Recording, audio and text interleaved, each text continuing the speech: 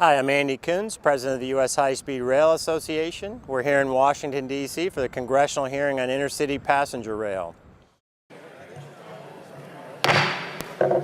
Committee will come to order.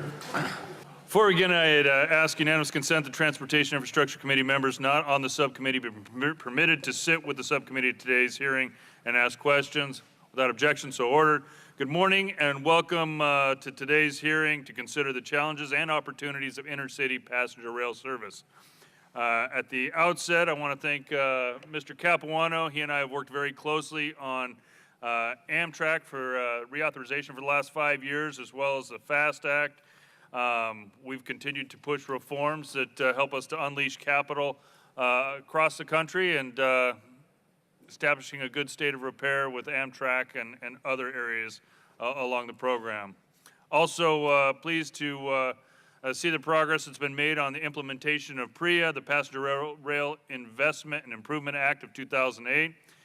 Consistent methodology to allocate operating and capital costs associated with Amtrak corridor services has been implemented, and a methodology to allocate costs among all the users of the Northeast Corridor is in the process of being implemented. As a result of these changes, this year Amtrak will receive $286.6 million from 18 states and approximately $119 million from commuter authorities. But in one respect, our approach to intercity passenger rail service has been scattershot. Over $10 billion was appropriated by ARA, American Recovery and Reinvestment Act, during the fiscal year of 2010 to fund conventional and high-speed passenger rail projects. But rather than investing these funds strategically to achieve specific outcomes, the previous administration distributed the funds widely, making about 150 grants to 34 states, the District of Columbia, and Amtrak. The result is the most of the improvement made across the country has been incremental at best. And further, about $1 billion of the $8 billion in ARA funds has not been spent and will be turned back to the Treasury in September. Particularly concerning to me is that nearly $4 billion of the funding was dedicated to California high-speed rail, which has seen skyrocketing costs. At the same time, the scope of the project has diminished.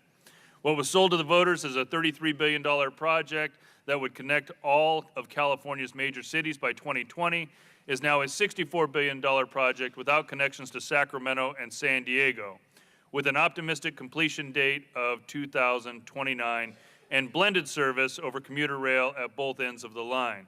The initial operating segment alone, extending from San Jose to a north point somewhere north of Bakersfield, will cost over $20 billion. Other members of the subcommittee may also have concerns about the projects selected to receive ARA funding. Given the limited federal dollars available for intercity passenger rail projects, it's imperative that projects be better prioritized to accomplish specific national goals. This hearing is also about understanding new technologies that will transform our passenger rail network. As an example, a number of members of this committee have experienced high-speed trains in Europe and Asia and alternative technologies such as maglev. I want to thank all of our witnesses for being here today and look forward to a lively discussion. I now recognize the ranking member, Mr. Capuano, for his opening statement. Thank you, Mr. Chairman. As usual, I will be brief. I want to thank the panel for being here. I look forward to your testimony. As always, we are always learning from the things we do right and the things we do wrong. And I'm looking forward to having a lively and thoughtful and informative discussion today. And with that, I will simply also ask that, Mr. Chairman, I ask unanimous consent to include the gentlewoman from Texas, Ms. Johnson's written statement in the hearing record.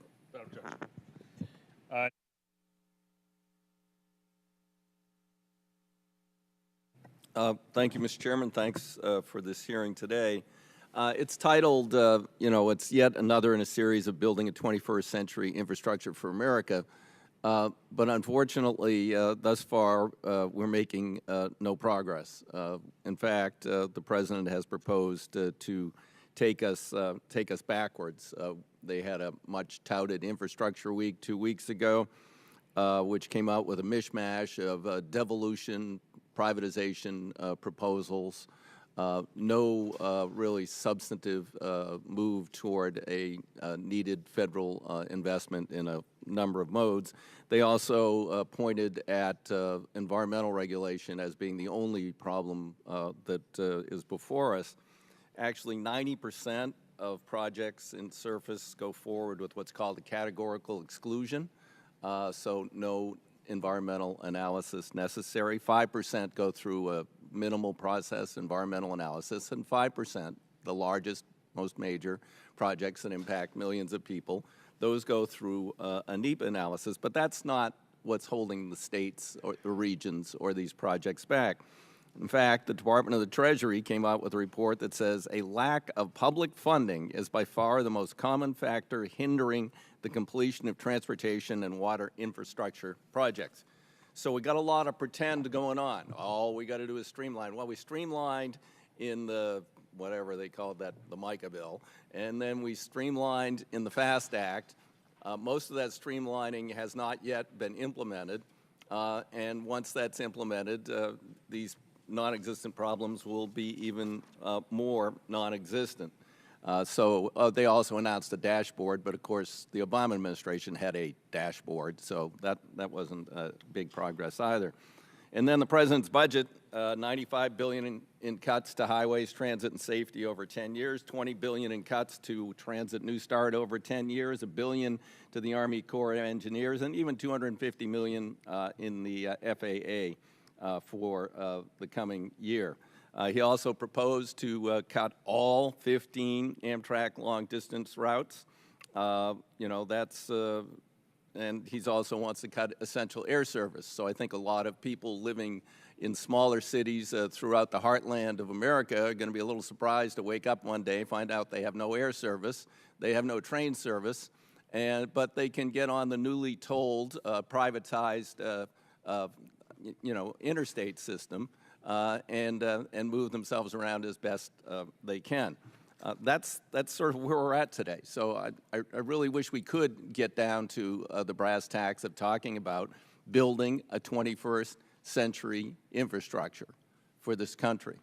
I've introduced 3 bipartisan bills. One would, shockingly, spend the taxes collected for the Harbor Maintenance Trust Fund on harbor maintenance. Whoa, that's shocking in Washington, D.C. It was pulled out of the Water Resources Development Bill last year at the behest of the Speaker, at the request of Mr. Price, because the Budget Committee wants to pretend by diverting that money from its intended purpose that they are reducing the deficit.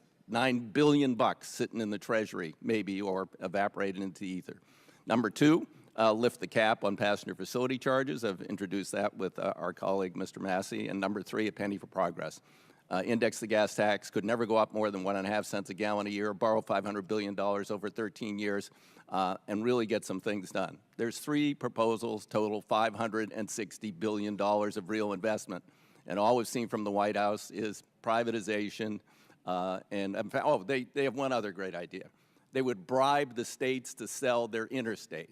So if you propose to sell your interstate to a private vendor, then they will give you federal gas tax dollars to do that. They will pay you 10 or 15% commission for selling the public infrastructure to private interests. You know, this is becoming absurd. So I hope today we can begin to talk about the real needs of Amtrak, and we were really going to find the investment money that Amtrak needs for the Northeast Corridor and the national system. Thank you, Mr. Chairman. Thank you, Mr. DeFazio. I'd now like to welcome our panel of witnesses, Mr. Paul Nissenbaum, who is the Associate Administrator for the Rail Policy and Development at FRA, Mr. Charles Wick Mormon, the President and Chief Executive Officer of Amtrak. He's not here. Oh. I'd now like to pause to allow Mr. Webster for a brief introduction. Thank you, Mr. Chair. Wick Mormon and I have 3 things in common. We both went to Georgia Tech. We're both engineers, and we were fraternity brothers. And he began there as a co-op student working with Southern Railway, and he never left rails. He stayed the whole time. He moved his way up in Southern, and it became Norfolk Southern. He was president and CEO, chairman, and then he retired. And I'm not sure what struck him, but he decided to change from freight to get into passenger service. And I will tell you, there couldn't be a better person, a more knowledgeable person. He even taught me what the distance between the rails are on standard rail and why that is. It may have been an old wives' tale, I don't know, but anyway, I will say this: Wick Moorman is a railroader of all railroaders, and he understands the business, and I think he's going to do a fine job as President and CEO at Amtrak. Thank you, Mr. Chairman. Thank you, Mr. Webster. Also on the panel today is Mr. John Porcari, Interim Executive Director of Gateway Program Development Corporation and former Deputy Secretary of USDOT, Mr. Mike Raringer, who serves as the Executive Director of Florida East Coast Industries, and Mr. Dan Richard, Chair of the California High-Speed Rail Authority.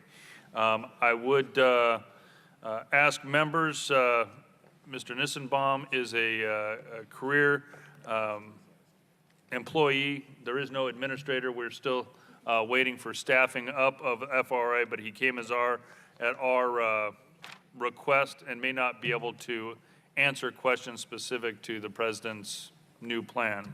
But nevertheless, I asked him to be here to answer some of the FRA questions as they pertain to a number of our rail projects. If there are other specific questions, I think we can send them in writing to the FRA afterwards. I ask unanimous consent that our witnesses' full statements be included in the record without objection, so ordered. Since your written testimony has been made part of the record, the committee requests that you limit your summary to 5 minutes. Now recognize Mr. Nissenbaum for your opening statement. Thank you, Mr. Chairman, and good morning, Ranking Member DeFazio, Ranking Member Capuano, and members of the subcommittee. My name is Paul Nissenbaum. I'm the FRA's Associate Administrator for the Office of Railroad Policy and Development, which oversees the planning and delivery of passenger and freight rail development programs, including oversight of Amtrak. I've had the privilege of serving under 3 administrations as a career member of the Senior Executive Service, and as such, it is an honor to be here before you today to discuss the challenges and opportunities for intercity passenger rail. I've submitted my full statement to the committee and asked that it be made part of the hearing record. FRA would like to recognize the committee's commitment to rail embodied in the FAST Act. The FAST Act represents a historic milestone in that for the first time, intercity passenger rail has been included in a comprehensive multimodal surface transportation authorization. The FAST Act builds on policies and programs this committee established back in 2008 in PREA, which shifted much of the responsibility for passenger rail development to the states. Notably, PREA established new cost-sharing frameworks between Amtrak and the states and authorized competitive passenger rail grant programs directed to the states, including the High-Speed Intercity Passenger Rail, or HISPR program. Since January 2010, the HISPR program has supported nearly 150 projects in 35 states and the District of Columbia.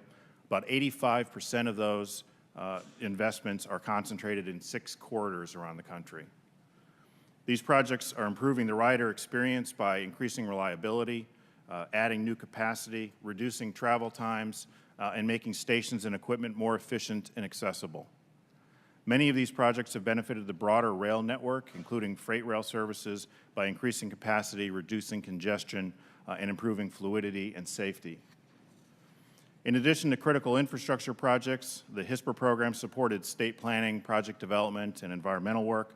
The products that result from these efforts will lay the foundation for future construction projects and service improvements, establishing a strong pipeline of potential rail capital projects that are ready for funding and financing solutions. To help mitigate program implementation challenges and ensure proper stewardship of taxpayer dollars, FRA has established a risk-based oversight program for all of the agency's grant programs, including HISPR. This oversight approach comprises 3 major components: grant compliance, technical assistance to grantees, and project implementation oversight, which involves managing project scope, schedule, and budget. In the recently passed 2017 Appropriations Act, Congress provided funds for the competitive rail grant programs authorized in the FAST Act. FRA is currently working to develop the notices of funding opportunity for these grant programs so that sponsors of eligible projects can leverage investment to help advance passenger and freight projects. The Department of Transportation also provides credit opportunities, including TIFIA, RIF, and private activity bonds that project sponsors can pursue. These programs are managed by the department's Build America Bureau, which works closely with FRA to help project sponsors navigate and accelerate federal permitting and procedural requirements in order to get projects ready for funding or financing as quickly and efficiently as possible.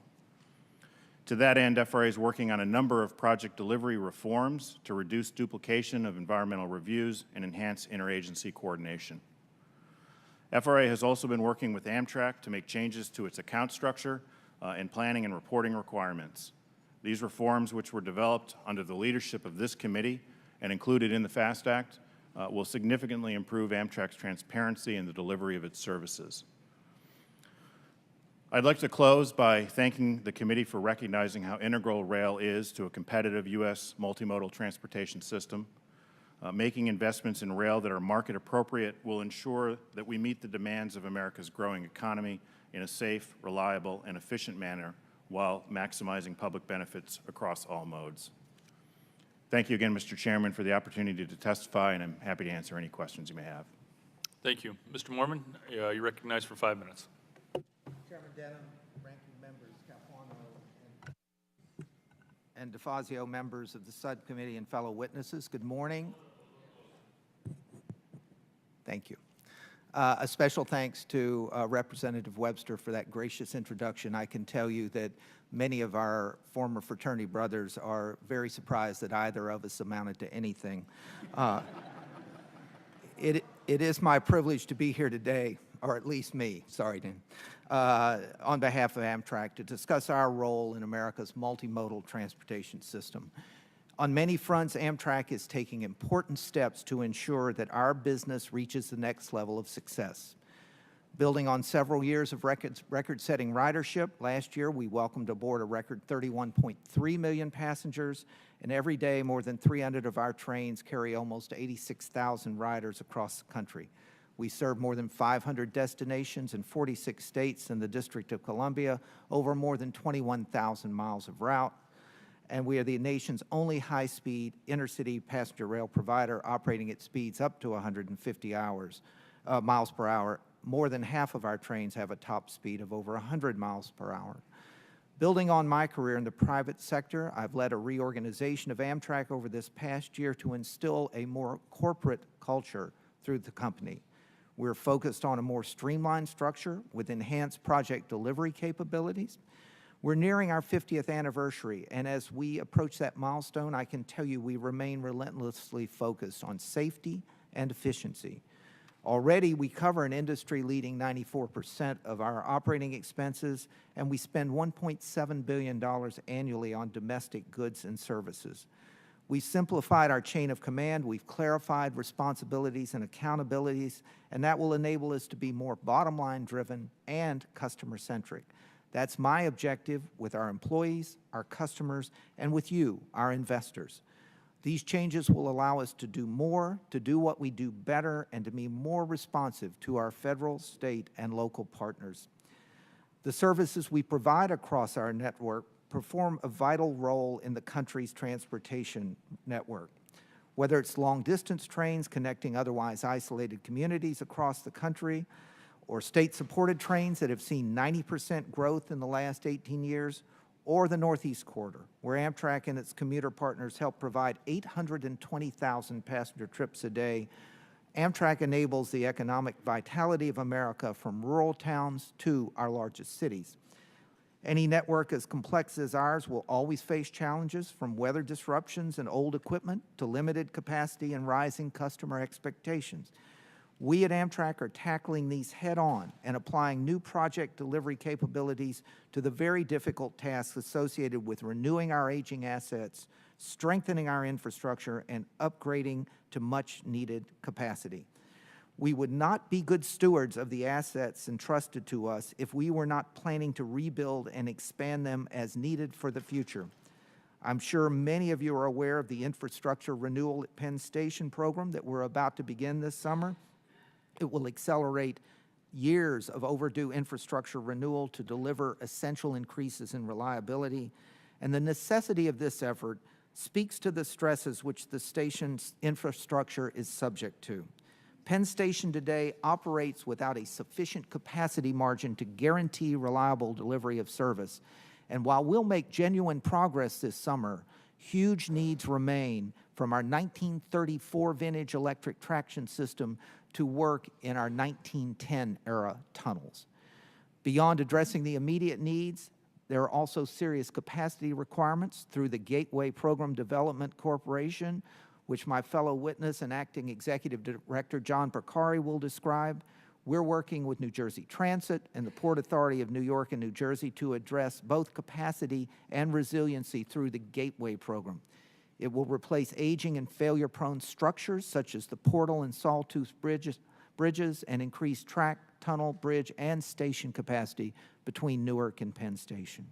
We're also pursuing partnerships to enhance our stations. We're engaging master developers to work with us to maximize commercial value of stations like Washington, Philadelphia, New York, and Baltimore, and we have just announced our selection of a master developer in Chicago. These are public-private partnerships that will improve the stations for our riders and the communities we serve. We're also working with Alstom and the French Railway SNCF on a new Acela fleet to be built here in the United States with more capacity, better amenities, and a smoother ride. And we're about to refurbish our Amfleet cars, which serve as the backbone of our regional service. These are essential initiatives if we are going to lay the foundation for the next 50 years. We know how much our passengers rely on us now, and we clearly see the demand for new routes and increased service levels being expressed by so many communities. Investments now will allow Amtrak to ensure that all of our business lines are ready to expand and meet these growing demands. With your help, Amtrak is poised to build on our strengths and rebuild our infrastructure. We're poised to renew our commitment to serve the people across the America, and I firmly believe that the time for those infrastructure investments has come in this country. They're no longer nice to have. They've now reached the point of must have. We're committed to improving the way we run our business, to modernizing our customers' experience. We're investing in our assets. And I want to thank all of you for your leadership that resulted in inclusion of Amtrak in the FAST Act, and ask you to build on that foundation and invest at the levels you set in our authorization in these important, essential steps to foster a renaissance in American passenger rail transportation. Thank you. Good morning, Chairman Denham, Ranking Member DeFazio, Ranking Member Capuano, and members of the subcommittee. My name is John Porcari. I'm the Interim Executive Director of the Gateway Program Development Corporation. The Gateway Corporation is the federal state entity created to carry out one of the most important and urgent infrastructure projects in the United States, the Gateway Project.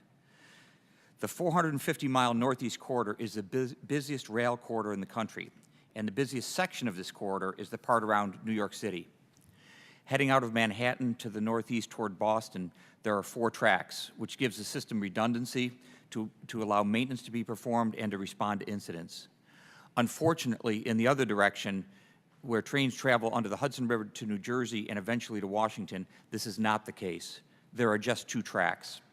Any issues here, even minor ones, cause major problems for the corridor. There is no alternative route. The Gateway program of projects is designed to address this deficiency. The section from Penn Station in New York to Newark, New Jersey is the most densely used piece of track in the United States and one of the most densely used in the world. It can host nearly 1,200 train movements per day. Unfortunately, it's also very old and in need of urgent repair and expansion. The existing tunnels under the Hudson River were completed in 1910 while the Titanic was still under construction and while the Wright brothers were transitioning from their Model A to their Model B airplane. The tunnel's age is reason enough for them to be comprehensively refurbished. But compounding that is during Hurricane Sandy in 2012, they flooded, worsening their already precarious situation. In addition to the two-track tunnel, this section of track contains the Portal Bridge over the Hackensack River in New Jersey, the busiest train bridge in the Western Hemisphere. This 2-track swing bridge also dates from 1910, and because of its low clearance over the water, it must be open to allow boats to pass. What we are calling Phase 1A of the Gateway program is the replacement of this aging bridge. The design, All environmental reviews and permitting are completed, and we're just awaiting the last piece of funding. Pre-construction work on this new bridge site, such as building an access road and retaining walls, will be underway this summer. Amtrak has committed its funding for the new bridge, and the local partners, New Jersey Transit and the Port Authority of New York and New Jersey, have committed theirs. With everything else in place, we're awaiting word from the U.S. Department of Transportation on whether the project will be awarded a Federal Transit Administration capital investment grant for core capacity that we applied for last fall. Award of these funds will be the last piece of the puzzle, and then construction will be able to start on the bridge. Let me emphasize that the technical assistance and coordination by the Department of Transportation has been extraordinary, and this first component of the Gateway project would not be ready for construction without DOT's assistance. We're simultaneously moving forward with Phase 1B, which is construction of a new two-track tunnel under the Hudson River. The plan is to quickly build these two new tracks under the Hudson, and once they're open, to close each of the existing 106-year-old tunnels in turn for repairs. Closing one of these tunnels for repairs without the new tunnel in place would reduce throughput of trains during rush hour by 75% due to the need to run trains in both directions on the remaining track. When the entire Gateway program is completed, including subsequent phases, there will be a fully functional four-track railroad all the way from Newark, New Jersey to New York Penn Station, and enough track and platform capacity in Penn Station in New York to accommodate decades of future travel growth. Work is currently underway to finish the environmental impact statement for the tunnel phase of the work. I'm pleased to say that we're on an aggressive 24-month schedule for completion of the EIS, which is less than half the time that was typical for projects of this kind just a few years ago. With the help of USDOT, we'll release a draft EIS this month for the tunnel, and a final EIS, record of decision, and a Corps of Engineers Section 404 permit simultaneously by March 2018. In addition to giving us an urgently needed transportation project that eliminates a single point of failure for 10% of America's gross domestic product, this project serves as an example of how environmental reviews for even complex, expensive projects can be expedited without any compromise to environmental outcomes. In the coming weeks, we'll be holding an industry forum to solicit input from private sector experts about how they believe the tunnel project can be most efficiently delivered. We're looking to tap into the best thinking from the private sector about how to get the tunnel project built quickly and cost effectively. This will be followed by a request for information process. We're actively evaluating design build and public-private partnerships, for example, for the tunnel. Despite the strong cooperation that's already in place between the national, state, and local stakeholders, it's not realistic to think that an infrastructure project of this magnitude can succeed without an appropriate federal financial commitment. A project of national significance like Gateway requires this combined federal, state, local commitment. As we all know, America has huge infrastructure needs, and it's heartening to see that this subcommittee recognizes that rail is an important part of the equation. Just as our parents and grandparents, and in the case of the existing 106-year-old Gateway Bridge and Tunnel, our great-grandparents designed, built, and paid for the transportation infrastructure that's literally the foundation of our current economy, in much more difficult circumstances than we're experiencing today, we have to do the same for the benefit of our children and generations to come. I would submit there's no more urgent infrastructure project in the country than Gateway. Thank you, Mr. Chairman, for the opportunity to testify, and I look forward to answering any questions. Thank you. Mr. Reininger. Chairman Denham, Ranking Member Capuano, and members of the subcommittee, thank you for the invitation to participate in this hearing and to share a private industry perspective on the opportunity to introduce InterCity passenger rail as a new transportation solution needed in many cities across the country. My name is Mike Reininger, and I'm the Executive Director of Florida East Coast Industries. We are an infrastructure and real estate development company based in Miami, where we are represented by your committee colleague and our distinguished Congresswoman, Frederica Wilson. Further along our corridor, we are also represented by distinguished members Dan Webster, Lois Frankel, and Brian Mast. FECI is the parent company of All Aboard Florida, which was established in 2012 to pursue passenger rail opportunities on a private for-profit basis. FECI traces its roots to the late 1890s and the company founded by Henry Flagler, who first introduced the integrated rail network, which gave rise to Florida's rapid growth. After some 120 years of continuous operations, that railroad remains a profitable private enterprise. Leveraging this legacy and historic assets, we have invested about $2 billion of private capital over the last 5 years, and in about 90 days, we will launch Brightline. This new express intercity passenger train will service the downtown cores in Miami, Fort Lauderdale, and West Palm Beach as the first phase of a vision to fully connect the Southeast and Central Florida markets. Today, 400 million trips are taken annually in this market, relying on roads and airways that are among the most congested in the nation. These trips, which we see as too long to drive and too short to fly, represent the opportunity for the next generation of American train travel. Brightline will carry our customers in a new fleet of innovative 100% Buy America trains to 3 new stations across 70 miles of modernized railroad that includes PTC. In addition, we are building over 1.5 million square feet of mixed-use development in and around our transit hubs, and these facilities will begin welcoming new occupants concurrent with the start of Brightline trains. Our business thesis is quite simple. We believe that markets comprised of city pairs that are 250 to 350 miles apart present opportunities for trains to provide a more efficient, comfortable, and reliable alternative to cars and planes. The addition of integrated real estate development aligns 2 economic engines that directly support one another and creates a unified business platform that has more than one way to pay the bills. Our experiences have sharpened our perspective on several key factors where enhanced interaction between government and industry will contribute to faster results, encourage private capital investment earmarked for infrastructure, and contribute new capacity into our transportation networks. Broadly speaking, the most notable areas for improvement that will help pioneering efforts such as ours are a streamlining of complicated regulatory processes and enhancements to the debt markets that must accompany equity investments to produce new projects. The NEPA process remains a disincentive to the private sector.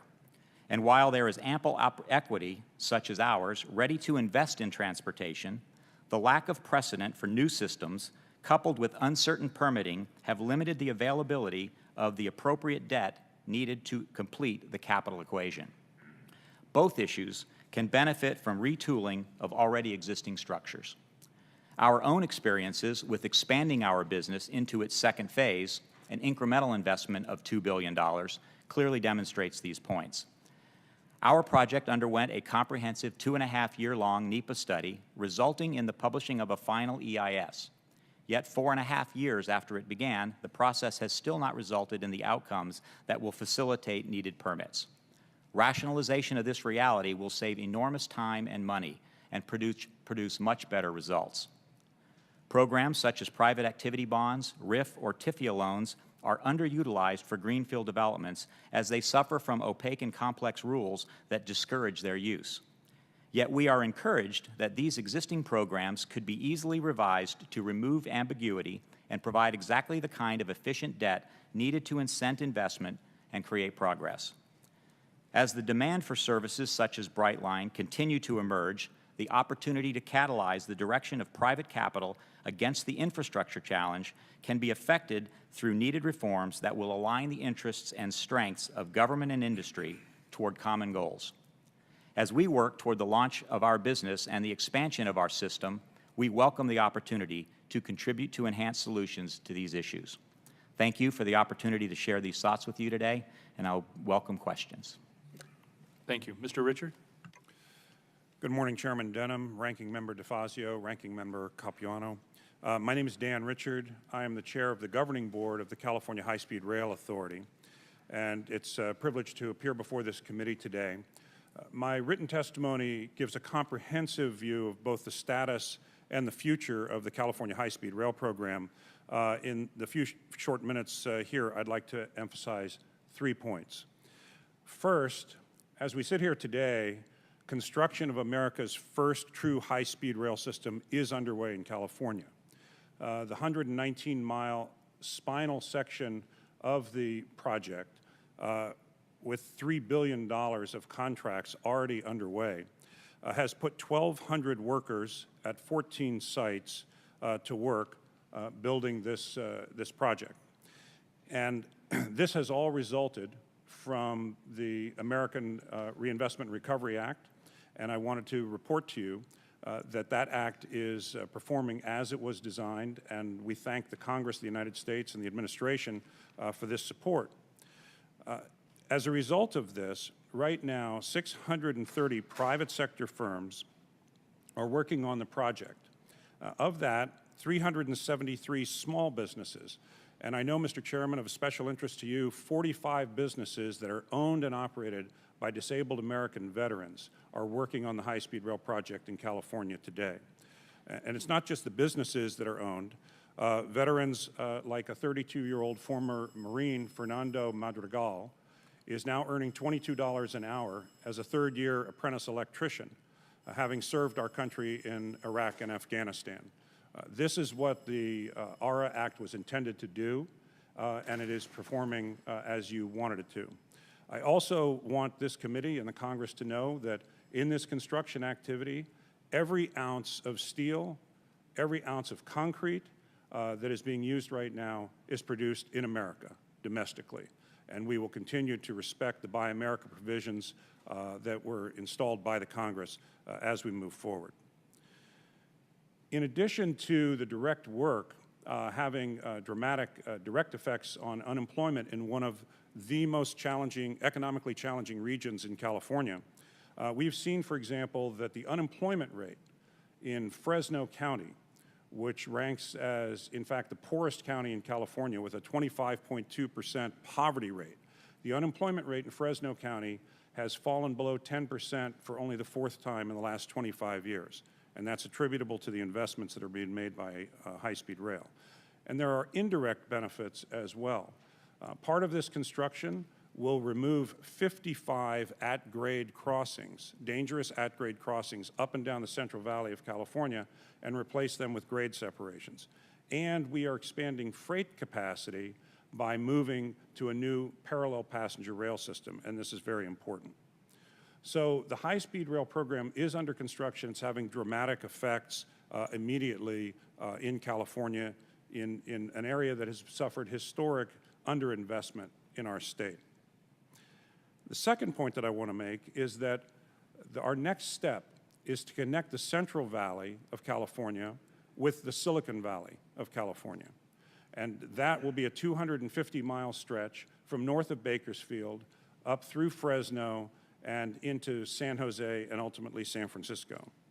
The import of this cannot be overstated. Right now in the Silicon Valley, which is the engine of California's economy and to a great extent the engine of America's economy, the housing crisis has reached epic proportions. The average cost of a home in the San Jose area, the average cost is more than $1 million. So the challenge for our high technology industry to attract and retain talent in this area with those housing costs is enormous.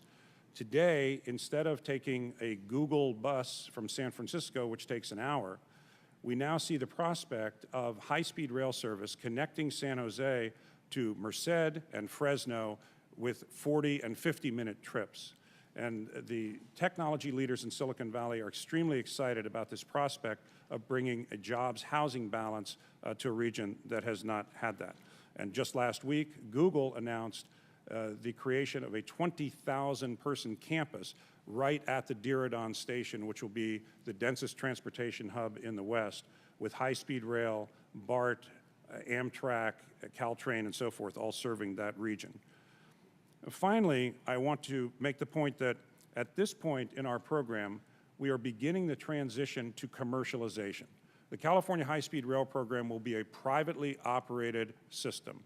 The government's role is to reduce risk at the outset and then provide the rights to the private sector to operate on that infrastructure. And last week, members, we issued an RFP for a private sector early operator to come in and infuse commercial thinking into the design and development of the system.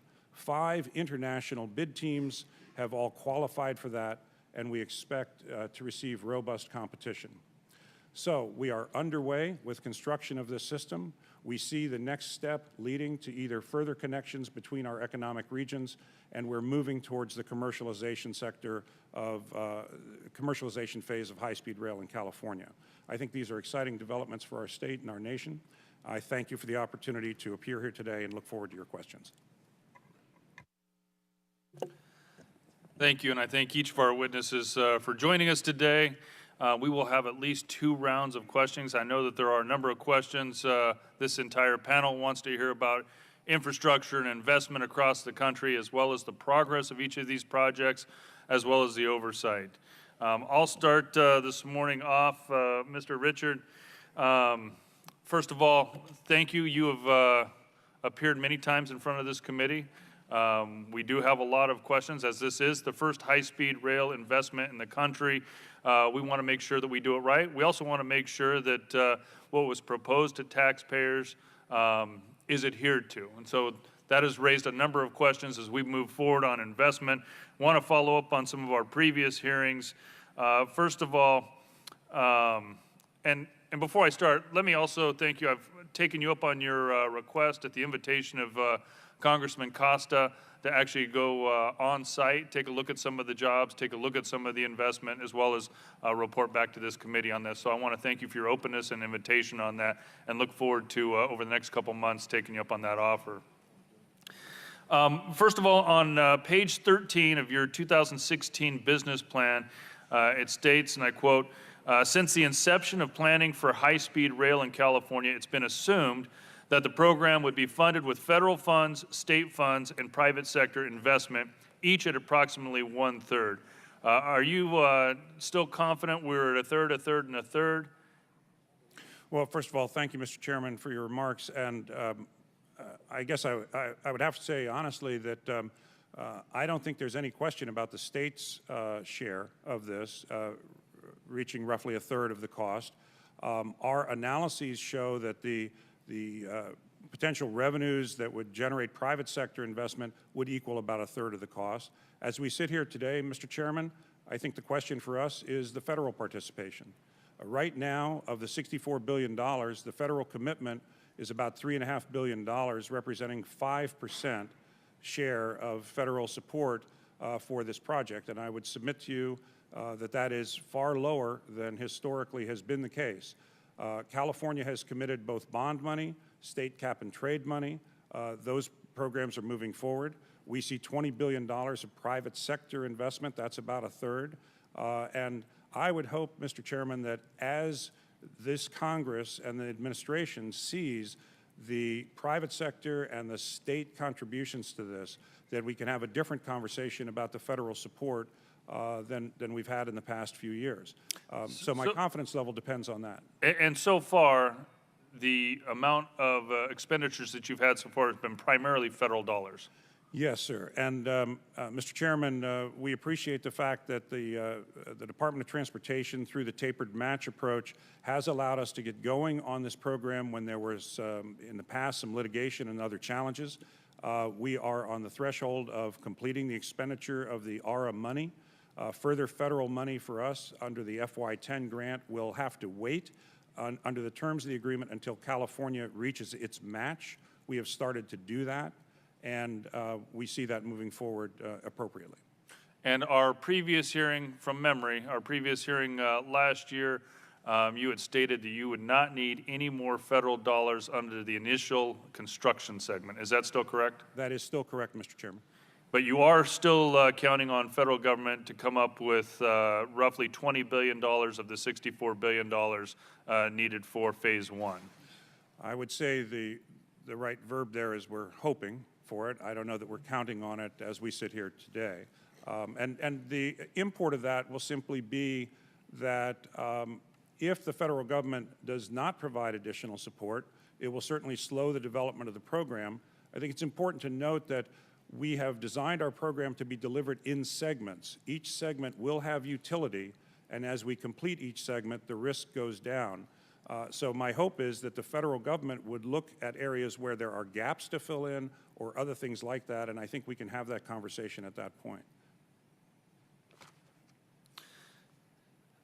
The California High-Speed Rail Peer Review Group concluded last year that even using the California High-Speed Rail authorities, using your own assumptions, Phase 1 still faces an $18.9 billion funding shortfall.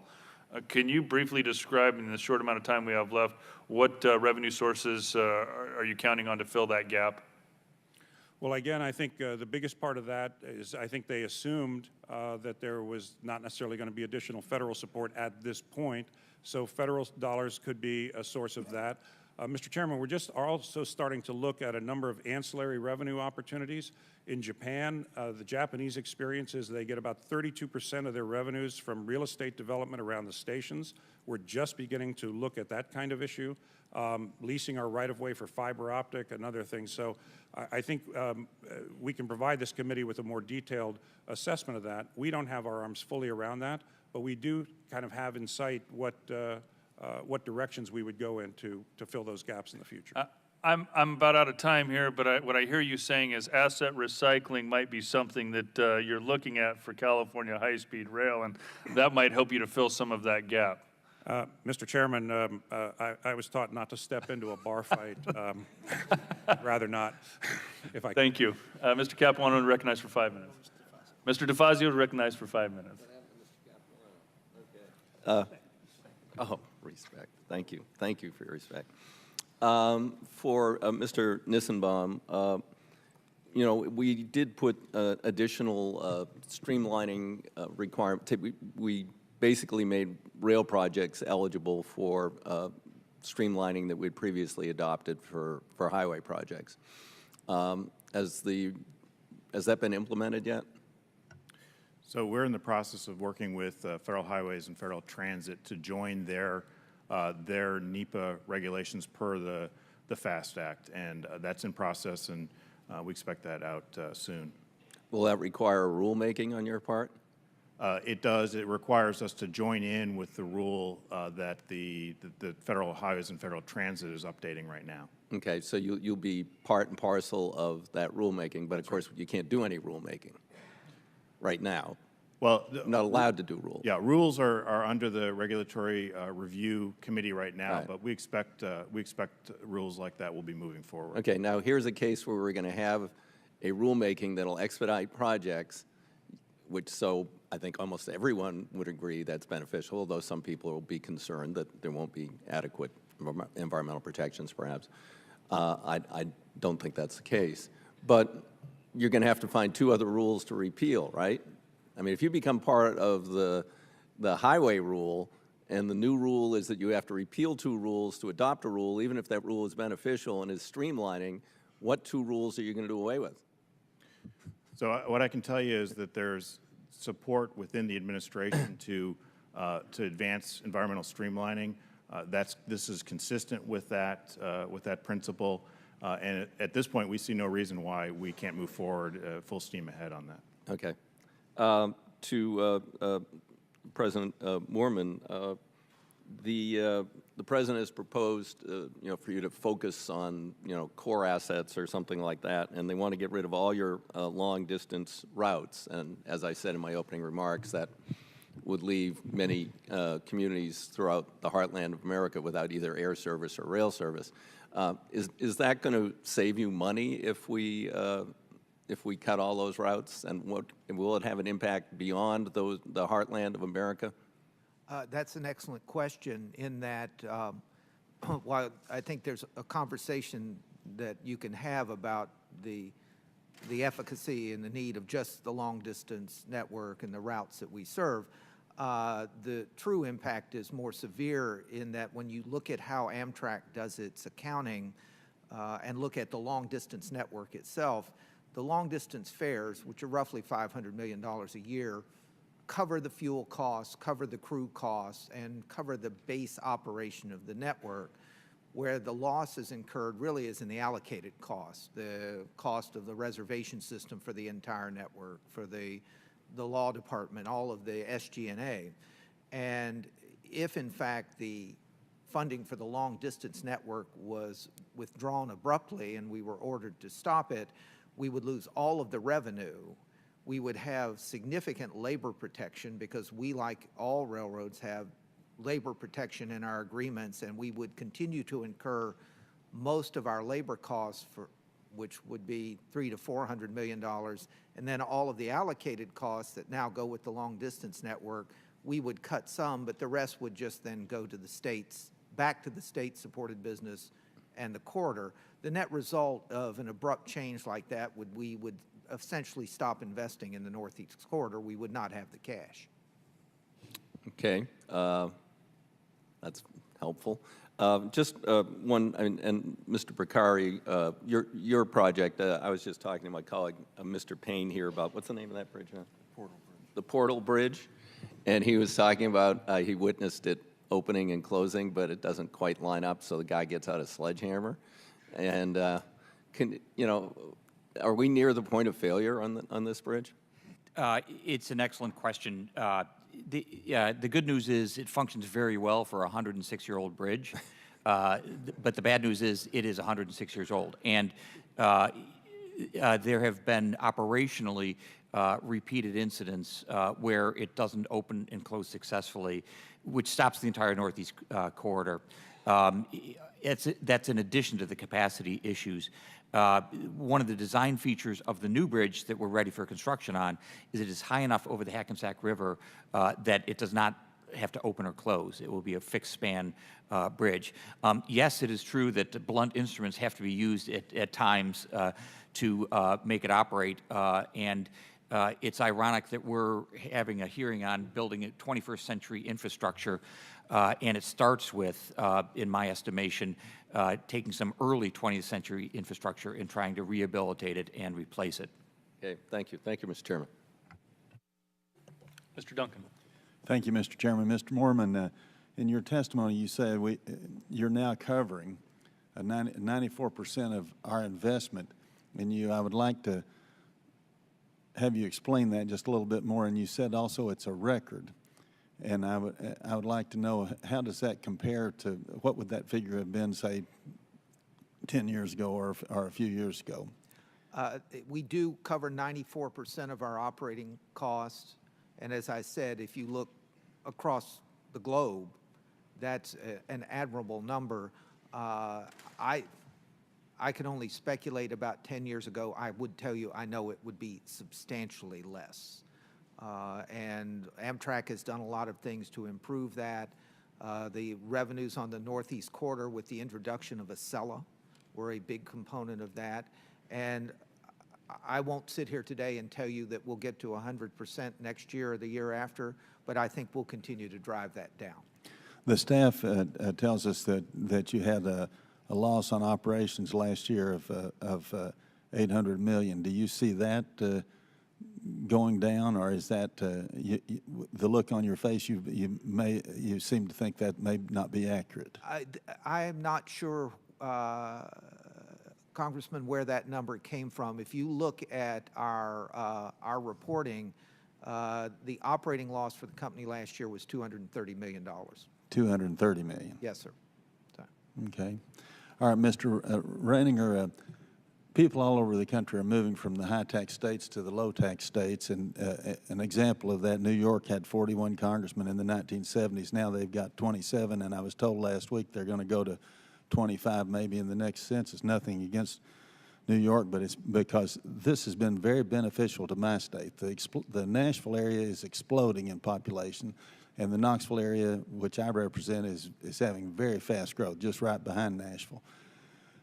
Your minimum estimate on distances, 250 miles to 350 miles. The downtown Knoxville to downtown Nashville is 185 miles.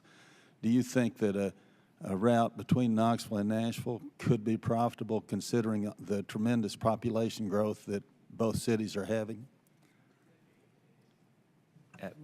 Thank you for that question, Mr. Duncan. It could be. I would tell you that the things that would have to be understood pretty clearly to know whether it could feasibly work on its own would be probably three things. Number one would be the magnitude of capital investment that would be necessary in order to put the system into operation, and that would be dependent on perhaps the ability to leverage other existing assets that might be contributory to that answer.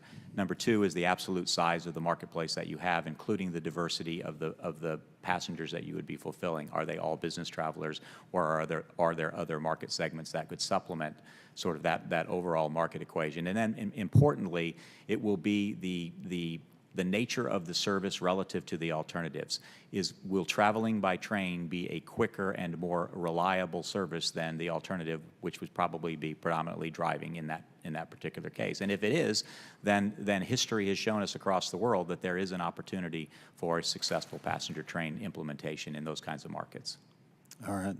Thank you, Mr. Richard.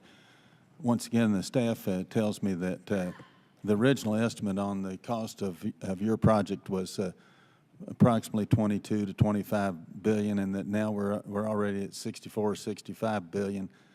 Are we going to? Is this going to be one of those projects where we see just unbelievable cost overruns by the time the completion date? I understand is 2029. What are you doing to make sure that we just don't see an explosion in the costs of this project? Congressman, this is a really critical question, and my answer to this is that when we came in, when I was appointed, we came in 2011. We looked at the costs, and those earlier estimates were probably based on 2006 year dollar estimates, whatever, but it was clearly higher. And we're the ones who came in and told the public it's going to be more than you've been told in the past.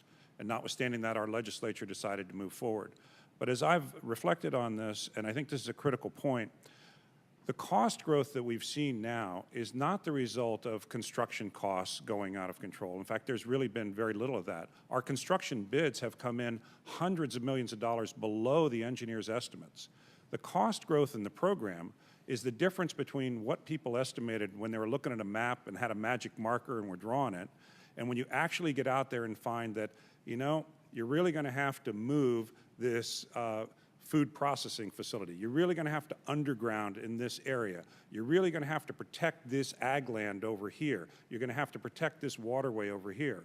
So the cost growth has all been the difference between somebody's initial plan and going out and looking on the ground. If you will, I would say it's the social costs being brought into the cost of the program. As we've gotten into construction, we have very tight standards and we are maintaining our construction budget. So your question is really essential. As a representative of the taxpayers, we are not seeing that kind of cost growth. What we're seeing is that the initial estimates really didn't account for what it takes to build this on the ground and protect communities and ag land. But I think we've now absorbed those costs. And in fact, we're doing extensive and aggressive value engineering. 2 years ago, the cost estimate was $68 billion. We brought it down to 64. We're continuing to look at ways that we can drive costs down because we know we will have construction cost pressures. All right. Thank you very much, Mr. Chairman. Thank you, Mr. Duncan. Mr. Payne. Recognized for 5 minutes. Thank you, Mr. Chairman. And I'd like to thank the witnesses for being here.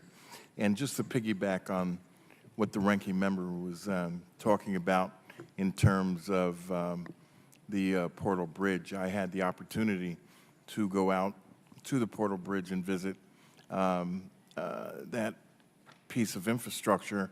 And we're talking about a bridge that was designed in the 1800s and constructed around 1910.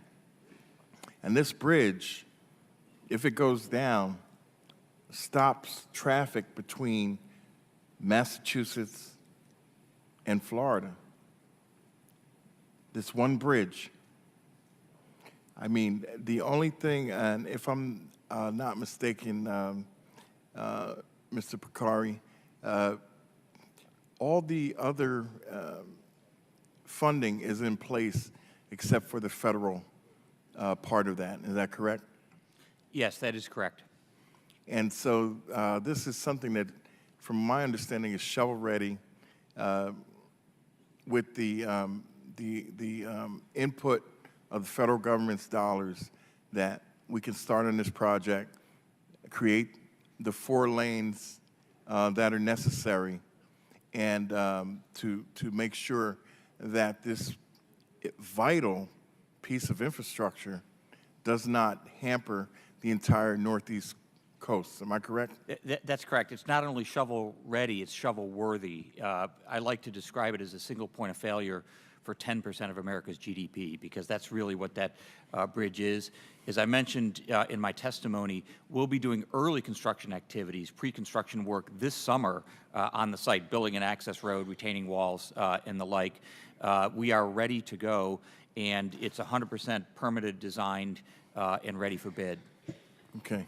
And Mr. Chairman, I hope that we could really bring attention to how vital this single bridge is. I mean, they actually have to, it swivels, and when it goes back, it never, 9 times out of 10, it does not go back into position. They have to contact someone, technician, to come up there, actually sometimes with a sledgehammer, and knock the track back into place. And this is a bridge between Florida and Massachusetts that if it's down, everything is stifled, it's cut off. And I think that the only thing that is holding it up is our input. So I hope we can take a look at that just so you can understand and the committee can understand how vital this really is. So let's see. And Mr. Moorman, as as a regular Amtrak rider myself and a believer in the potential of intercity rail, and I really appreciate the unique and critical role Amtrak plays in my region and for the entire country. I also understand the Congress's inability or unwillingness to come up with the reliable funding stream for Amtrak since its inception has contributed to your company's shortcomings in updating infrastructure. And, we want to focus on that aging infrastructure. Earlier this spring, there were a couple derailments at New York Penn Station. As a matter of fact, I was on the platform in Newark for one of those derailments, waiting to come to Washington. Thankfully, no one was seriously injured. The more significant derailment delays for a week and has, it led to Amtrak's accelerated infrastructure renewal plan. You mentioned in your testimony, while it is correct that Amtrak passengers will suffer the greatest impact of this plan proportionally, I also know that New Jersey Transit customers will be impacted will far outpace Amtrak's. So how did Amtrak's infrastructure at Penn Station get to this point, and how do we ensure that the infrastructure failures don't continue to hamstring commuters? That's an excellent question. I would tell you that I think Amtrak got to this point over a period of years, particularly in the 1990s and the 2000s when it was not funded adequately, and as a result, we did not do the renewal work that should have been done, not only in Penn Station, but in a lot of the corridor. We started that renewal process a few years ago when our funding levels improved, but we were trying to do it essentially on the weekends because there's been a great understandable unwillingness to do work that disrupts the weekday traveler. But this second derailment, the more disruptive one that you talked about, occurred, and quite frankly, I went down and started looking around in the station. It is a terrifically difficult place to work. There are trains 24 hours a day. It's a maze of track work. But based on the conditions I saw and other people who have expertise that I trust saw, we came to the conclusion that trying to kind of piecemeal this on weekends for the next few years would create more situations where we would have disruptive events, unplanned events, and we needed to go ahead and take aggressive action to renew the infrastructure, and that's what we're doing this summer. Thank you, Mr. Payne. Mr. Webster, recognized for 5 minutes. Thank you, Mr. Chair. I have a question. Mr. Reiniger, you are doing sort of you're plowing new ground, at least for the current time frame. I was wondering, as you plow this ground, what's your biggest frustration with the federal government? So as the stewards of private capital investment, we have to remain diligent with respect to the efficient use of that capital, and that really runs through the value of time. As processes are undertaken, the longer those processes take, the more challenge that puts on the economics of the end game operation of the private sector business. And so what that does in effect is it robs available funds that could be used for capital investment into actual hard assets and operating businesses and utilizes them for other purposes. And so if I were to isolate one thing, I would say it would be a more private sector like appreciation for the value of time. So is it impact studies, things like that? Certainly, the processes that I described earlier, such as our experience with the NEPA process, would be a part of it. By their very nature, projects like ours, like any infrastructure project, are multi-jurisdictional, right? They, by definition, go through more than one jurisdiction at multiple levels, at the federal level, at the state level, and at the local level. And because of a lack of cohesion around those processes, it has the result of protracting processes and extending time frames and causing complications that result in a lack of efficiency with the use of the capital. Wick, you had mentioned that in this there's a white page on a couple pages on the Northeast corridor, and in there it implies that the environmental review process is consecutive. Is that mean it sort of goes from one to the next one to the next one and the next one, as opposed to doing it concurrent? And if so, is there any fix to that? So because it looks like it could. This is just one project, the doubling of the Washington Union Station's capacity. Do those studies? Is there any thing we can do to make them run concurrent or in parallel? I think that they have been consecutive more because that's where our planning processes have been. We have, like every other industry, we have a certain capability in terms of our planning processes and our planning mechanisms. And so in order to run all of the studies concurrently, we would have to be planning all of these projects concurrently. I don't see that as a particular impediment. I think that certainly the whole issue around environmental regulation and other regulations is something that we need to address, and something that I've asked internally for us to look at in terms of suggesting the ways, be it working with Paul in the FRA or whomever, to streamline without giving up the essential aspects of regulation. But I think that there have been some very positives in that. One of the things that I do want to recognize about NEPA, which was mentioned earlier, is that we would have expected NEPA for the Hudson River tunnels for the process to have taken about 4 years. It took about 2, and in fact, we'll be ready to go, as John said, early next year. But the thing I would assure you, and I think it goes to the other testimony, that we're also very focused right now at Amtrak in terms of looking at where we can ask the federal government to help us do things more quickly. And I'm hopeful that we're going to get a very positive response. So time is money, just as it is with all aboard? Yeah, yes, sir. Time is money. And the one thing I will tell you and the whole committee is that our intent at Amtrak is to look at the money that we're given just like a private company looks at their money, to guard it and to spend it wisely. Thank you very much. Yield back. Mr. Nadler, you're recognized for 5 minutes.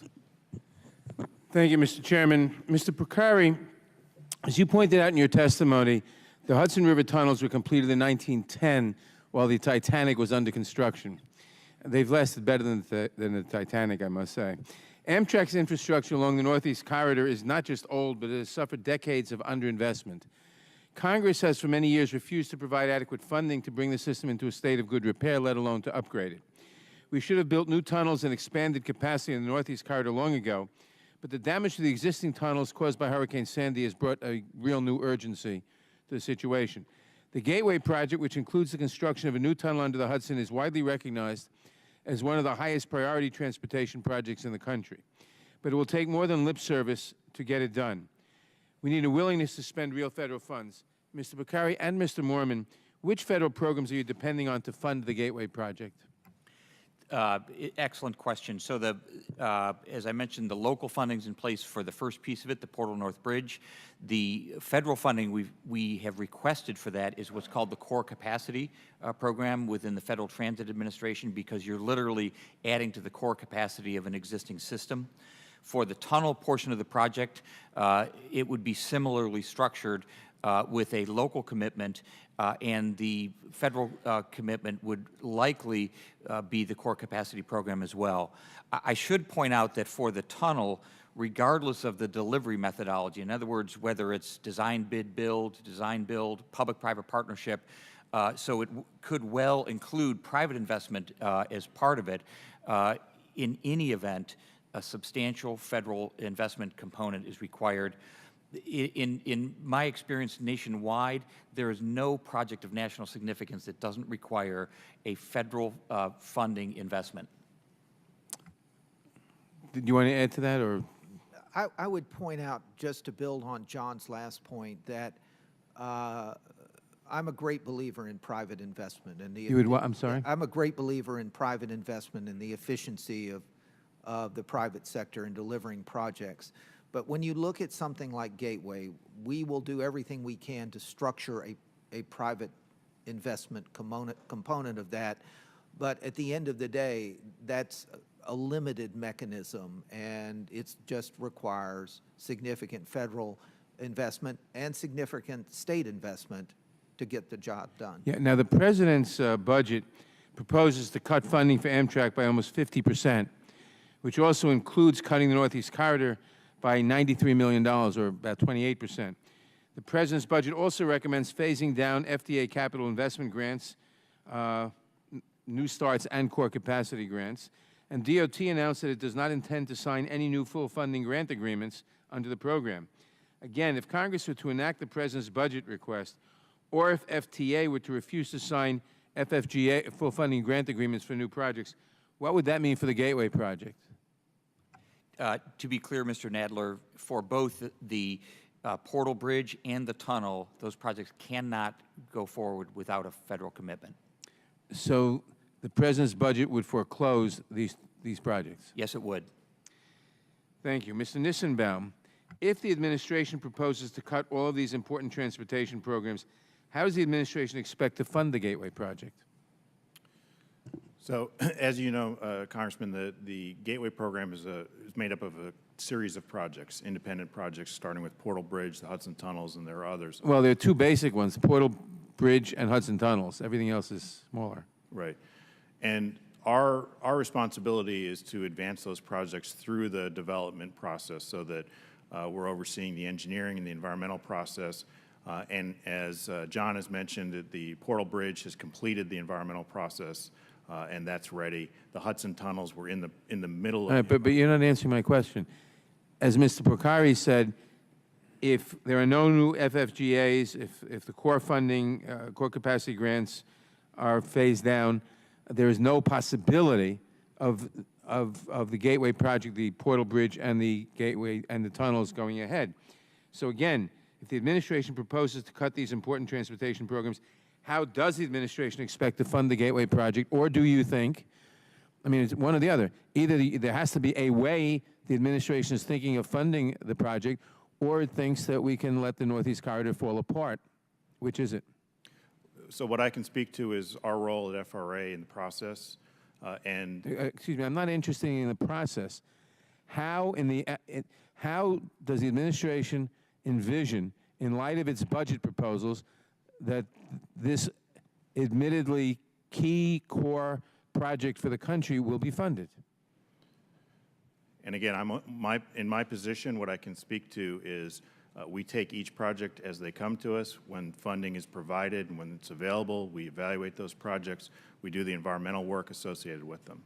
That's very nice, but how do you envision the projects going forward, given the project? I mean, I assume the administration, in making its budget proposal, thinks of these things.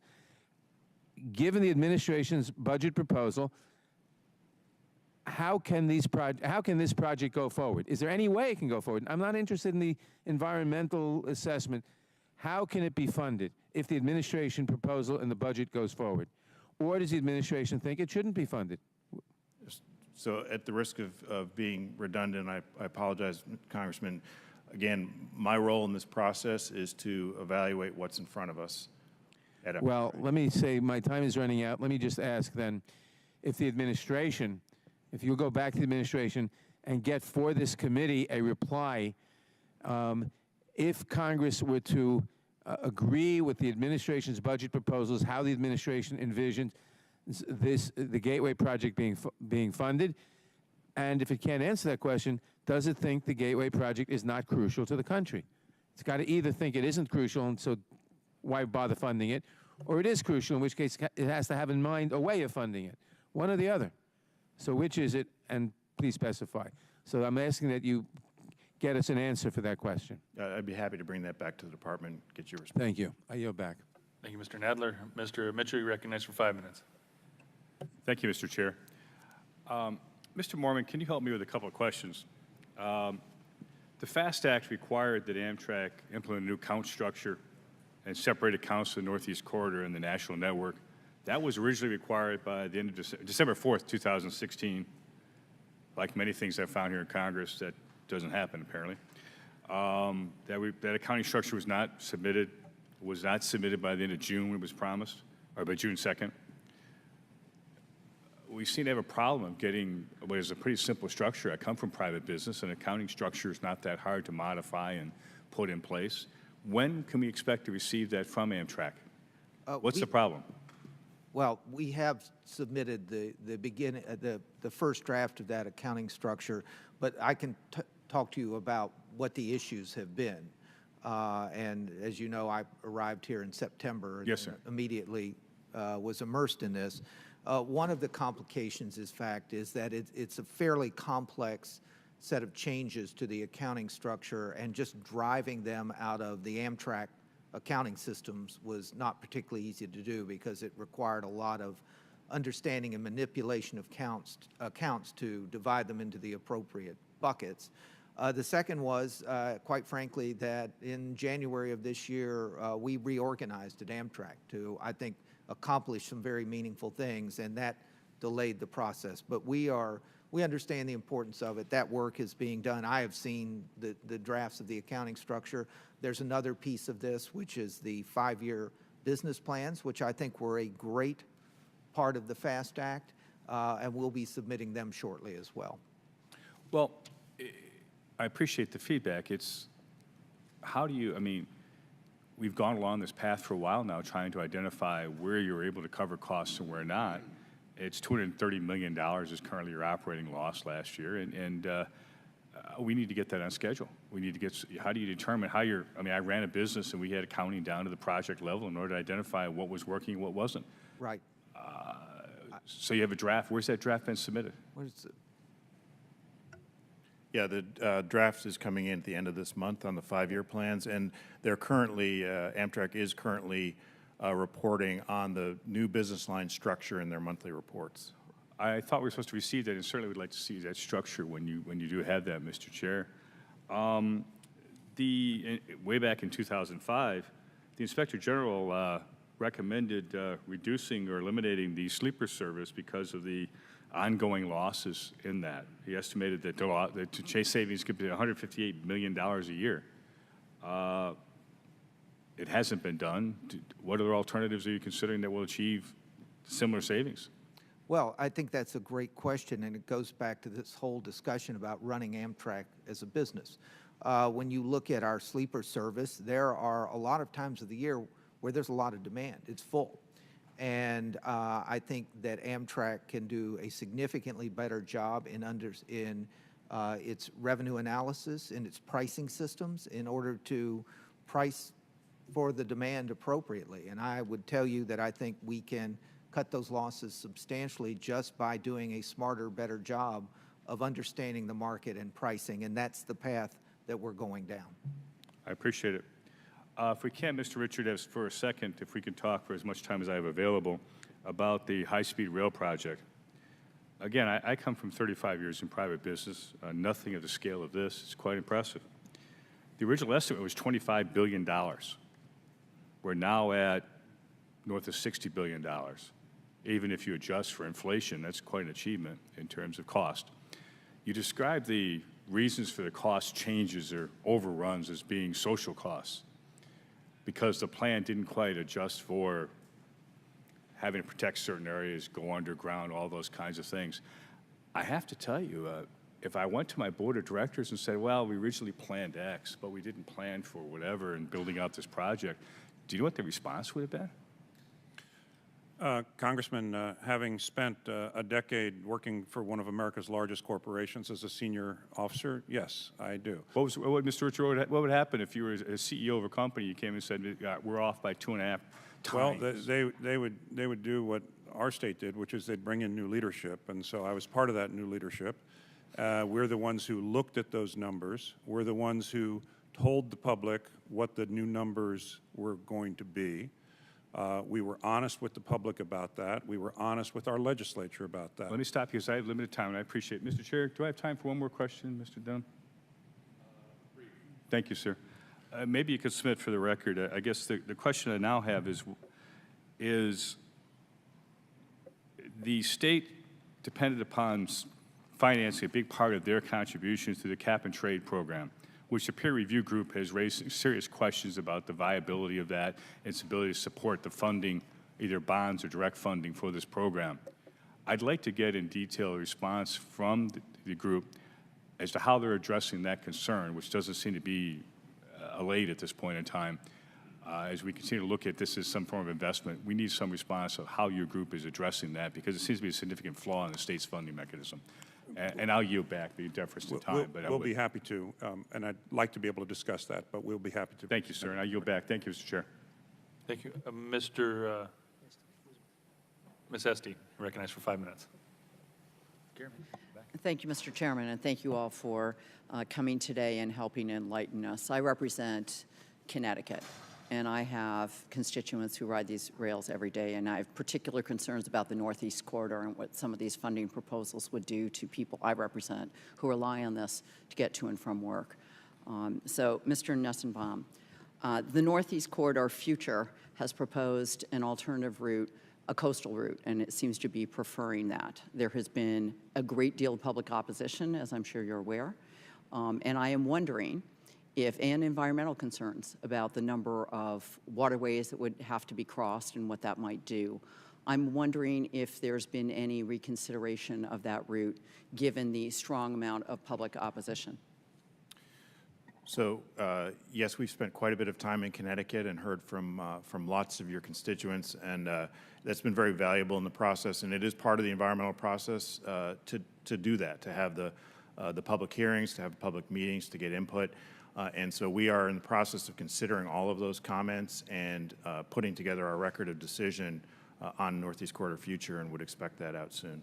And you expect that soon? Because I'm Yes. getting that question asked of one, and I want to be very clear on record. I think it's really important to leave the door open for Connecticut to be part at the table to consider an inland route, which would not have, I think, the same level of opposition and could get us to much higher rates of speed than is ever going to be possible, given the geographical location, geology, and just frankly, there's not enough footprint along the coast to ever make use of the speeds that new rail are able to get to. We can't do it on the coast, and people want actual high speed. I'd like to explore a little bit on that same vein about the opportunity to do P3s. There's a lot of discussion about public-private partnerships with this administration and in this committee, and like feedback from all of you on the opportunity, particularly in the Northeast Corridor, where we know there's high demand for, again, something like an inland route, a different route than what we're currently using, that would be able to reach the kind of high speed that we see, say, in Japan, in China, in Europe, in other developed countries around the world. Sure, I'd be happy to start, and I'm sure other panelists would have something to say about that. The Northeast Corridor future is really a vision for the Northeast Corridor over the next 35 years, and it is kind of a prerequisite to get whatever kinds of investment into the corridor that we need. So it lays out the vision, and then it is agnostic as to what the funding source ends up being, but our expectation is that it will be there'll be multiple funding sources from a variety of entities, including the private sector, to actually deliver the program. If I could, are there examples of where private financing has helped alleviate funding for Amtrak? Can you give us any examples where that's actually happened as opposed to being talked about? So what I can tell you is there are a number of examples around the country. In fact, you have one sitting here on the panel of where private sector has already put resources on the table, and we're actively working with those partners around the country. And there are certainly examples internationally as well where private sector has made important contributions to project development.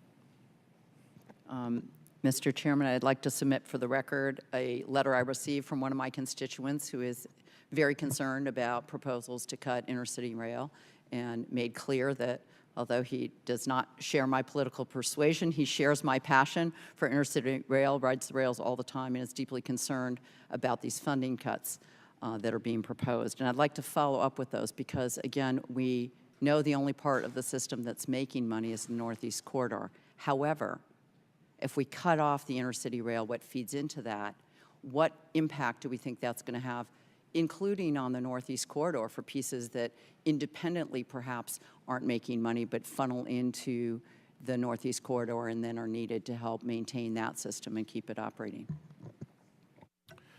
So I think what you're referring to is that there are a number of branch lines that feed the corridor, as well as in other regions around the country, there are services which are generally known as state-supported services.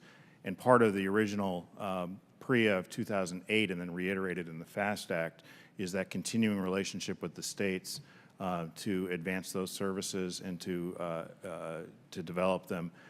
And I think what you did see in the budget proposal that came out this year was a commitment to focus on the Northeast Corridor and the state-supported corridors, including those branch lines.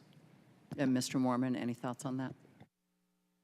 Well, I'll go back to one of the things that I mentioned earlier, which is the fact that and this is true of any network-based company, there are a lot of allocations of costs. Amtrak, the corridor generates positive revenue, substantial amounts of positive revenue.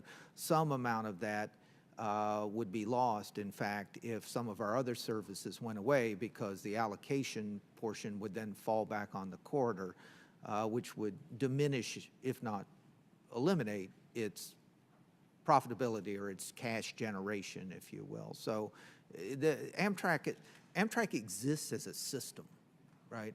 A collection of businesses that are symbiotic in some ways, and the money flows the same way. So when you have a serious impact on any particular part of the business, it automatically flows to the others. Thank you very much, and I yield back. Thank you, Mr. Chairman. Mr. Mast, recognized for 5 minutes. Thank you, Mr. Chairman, for giving me the time. I appreciate that. I would like to start with you, Mr. Reininger. I appreciate your testimony today. I just wanted to start very simply. Is All Aboard Florida, or Brightline, whatever we want to call it, is that publicly funded, or will it be publicly funded? It's not publicly funded at all, no. It's completely an investment of private sector capital. So in 2013, when it applied for about $1 billion in railroad rehabilitation and improvement loan, would that have been considered publicly funded? That would have been a loan from the federal government. What about 2014, when it applied for a $1.75 billion public access bond, cost to taxpayers of up to $600 million? Would that have been considered? Private activity bonds are 100% capital that comes from the private sector. It doesn't have any involvement from any funds that are distributed from the federal government. District court judge said up to $600 million could have been on the taxpayers. What about at the state level, 2014? To be clear, if I could, about that. Please do so. In that particular case, what he said is that there might have been a deference of some amount of tax revenue that would have come from the interest paid on those bonds. That's not the same thing as an investment by the federal government. Thank you for the clarity. 2014 at the state level, $214 million for the facility at the Orlando airport. Would you consider that? As a part of the expansion of the Greater Orlando International Airport, there was an investment made by the Florida Department of Transportation into the expansion of a multimodal facility in which we will be a tenant and we will pay market rent for the utilization of the facilities that would be provided for us. In fact, our rent in part goes to pay back the loan that the airport authority has received in order to build that facility. So neither were those funds federal funds, nor were they directed directly at our project. Very good. Is Florida East Coast Rail, is that separate from All Aboard Florida or Brightline? It is. Florida East Coast Railway is a separate owned and operated company that operates freight in a shared use arrangement on the corridor. Now, local county governments, they are billed for maintenance and safety equipment associated with Florida East Coast Rail? There are long-standing agreements for the utilization of the crossings that exist in several of the municipalities. There's something very unique about our particular railroad, and that is that railroad corridor really predates the existence of any of the development on the east coast of Florida. As a matter of fact, most of the places along the east coast of Florida that have these grade crossings are as a result of the backbone of the infrastructure that was laid down in the late 1890s by Henry Flagler, which gave rise to the creation of those very communities. The unusual aspect of that is that when the municipalities up and down the corridor sought to get permission to cross the existing rail corridor, they had to go to the private company and get that permission. Now, In return for that Florida permission, East Coast Rail, correct? in return for that That's permission, Florida East Coast Rail? it's both the rail right-of-way is shared ownership between two independent companies, Florida East Coast Industries and Florida East Coast Railway. Perfect. Now, in that, are you counting on counties like Martin County, St. Lucie County, Indian River County to pay for maintenance associated with the All Aboard Florida high-speed rail project as well? The ongoing maintenance that would be associated with grade crossings in those particular counties, we would expect that would be continued as it has been under longstanding contractual agreement with those communities. But I have to point out that as a part of the Florida East Coast or with All Aboard Florida, you said those are two separate companies. They are two separate companies. That's right. So is the contract with Florida East Coast or with All Aboard? They are with Florida East Coast Industries. So are there counties that don't have a contractual agreement with the All Aboard Florida project? I'm not sure. Okay, I'd like to move to something else. Mr. Prokari, I appreciate your testimony as well. Phase one, you noted of your Gateway project is fixing aging bridges. Is it important to fix those for safety? It is. While both the bridge and tunnel are safe at 106 years of age, it is clear that the tunnel in particular, given that it flooded during Sandy, has to be rehabilitated in the next 10 years. Is it important to not obstruct maritime traffic? It is very important to not obstruct maritime traffic. The state of the art now is to build a bridge that isn't required to be opened and closed periodically, which would be the design of the new bridge. So, Mr. Reininger, my question is to you. Will you be replacing the railroad bridges in my district that prevent all maritime traffic for 45-minute cycles? We will be made in your district, as we did in their first phase. There happen to be two movable bridges within that district. With the similar situation that we have in Broward County, we will be making a significant investment in the complete reconstruction and remanufacture of the major component parts of those existing bridges. They're not of the same vintage ages that some of the other bridges we've been discussing here today are, but we will be making significant capital investments in the entire reconstruction of the mechanical, electrical, and structural systems that are associated with those bridges. And in one instance, we'll also be completely restructuring the span itself. My time has expired. Thank you for your testimony. Thank you, Thank Chairman. you, Mr. Mast. Mr. Lipinski, recognized for 5 minutes. Thank you, Mr. Chairman. I'm sorry. Mr. Lipinski, if you'll hold, please. Mr. Garamendi has returned. Mr. Garamendi, you're recognized for 5 minutes. Thank you, Mr. Chairman. Some days I actually get back on time, so appreciate the forbearance. We did have a markup on strategic arms and nuclear weapons and all of that, but here we are. And something that is critically important to California and I think to the nation, and that's the high-speed rail system in California. Mr. Richards, my apologies for missing your testimony, although I was able to read it. Just a quick question to you about the new project going forward. The President talks about making it in America, a subject matter that I've been banging away on for the 7 years that I've been here. And I'm delighted to find myself in agreement with the President on at least one issue, that is that we ought to make things in America. Could you please tell us about the new train sets that are coming on, the attitude of the Commission with regard to this very important policy of enhancing American manufacturing by buying America? First of all, Congressman Garamendi, I want to recognize your leadership on this issue. You and I have had a number of conversations on this, and you have emphasized, as I think many of your colleagues would want you to, the importance of making sure that these dollars that are ultimately coming from taxpayers, federal or state, go to create American jobs. We envision, unfortunately today, there are no domestic manufacturers, no American companies that are in the business of manufacturing high-speed rail trains.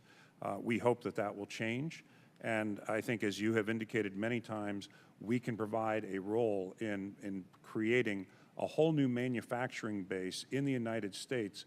And these are very high technology systems, and so these are prevalent, very high paying, high-tech jobs.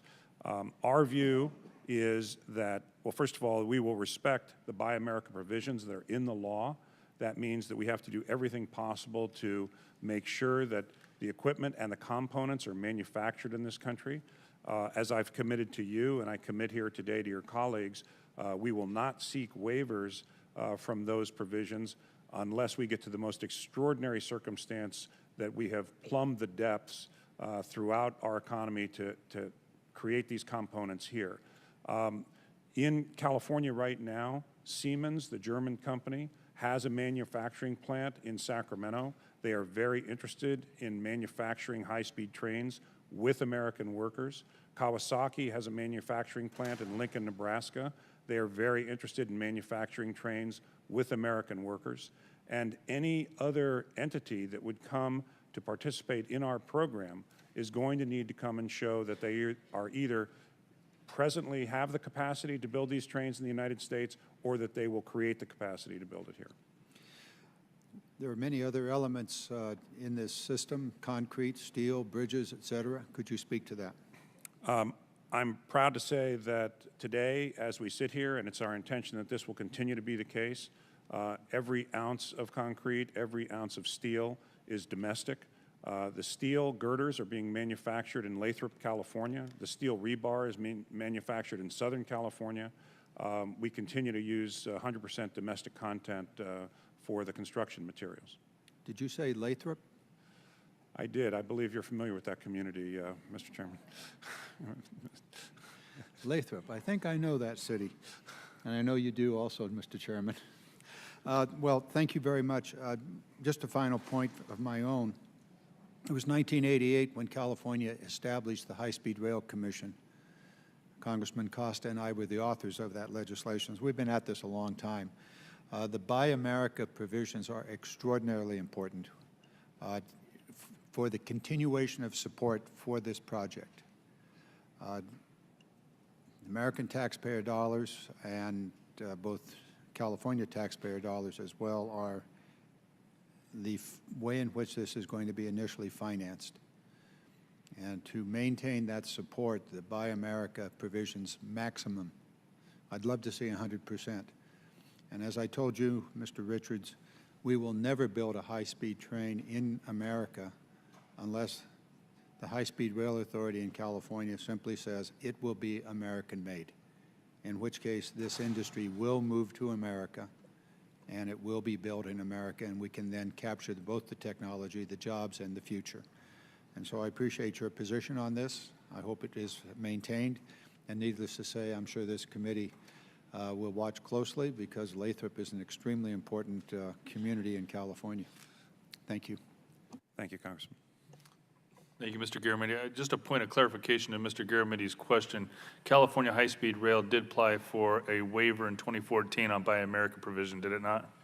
It did, and actually there was a further one, and I worked with Mr. Garamendi and reversed that decision to seek a waiver at that time. And Part of, I think, the issue there was that we were working with Amtrak at one point, and Amtrak had followed a protocol. Some of our staff people thought that that meant that we could kind of skip over some steps.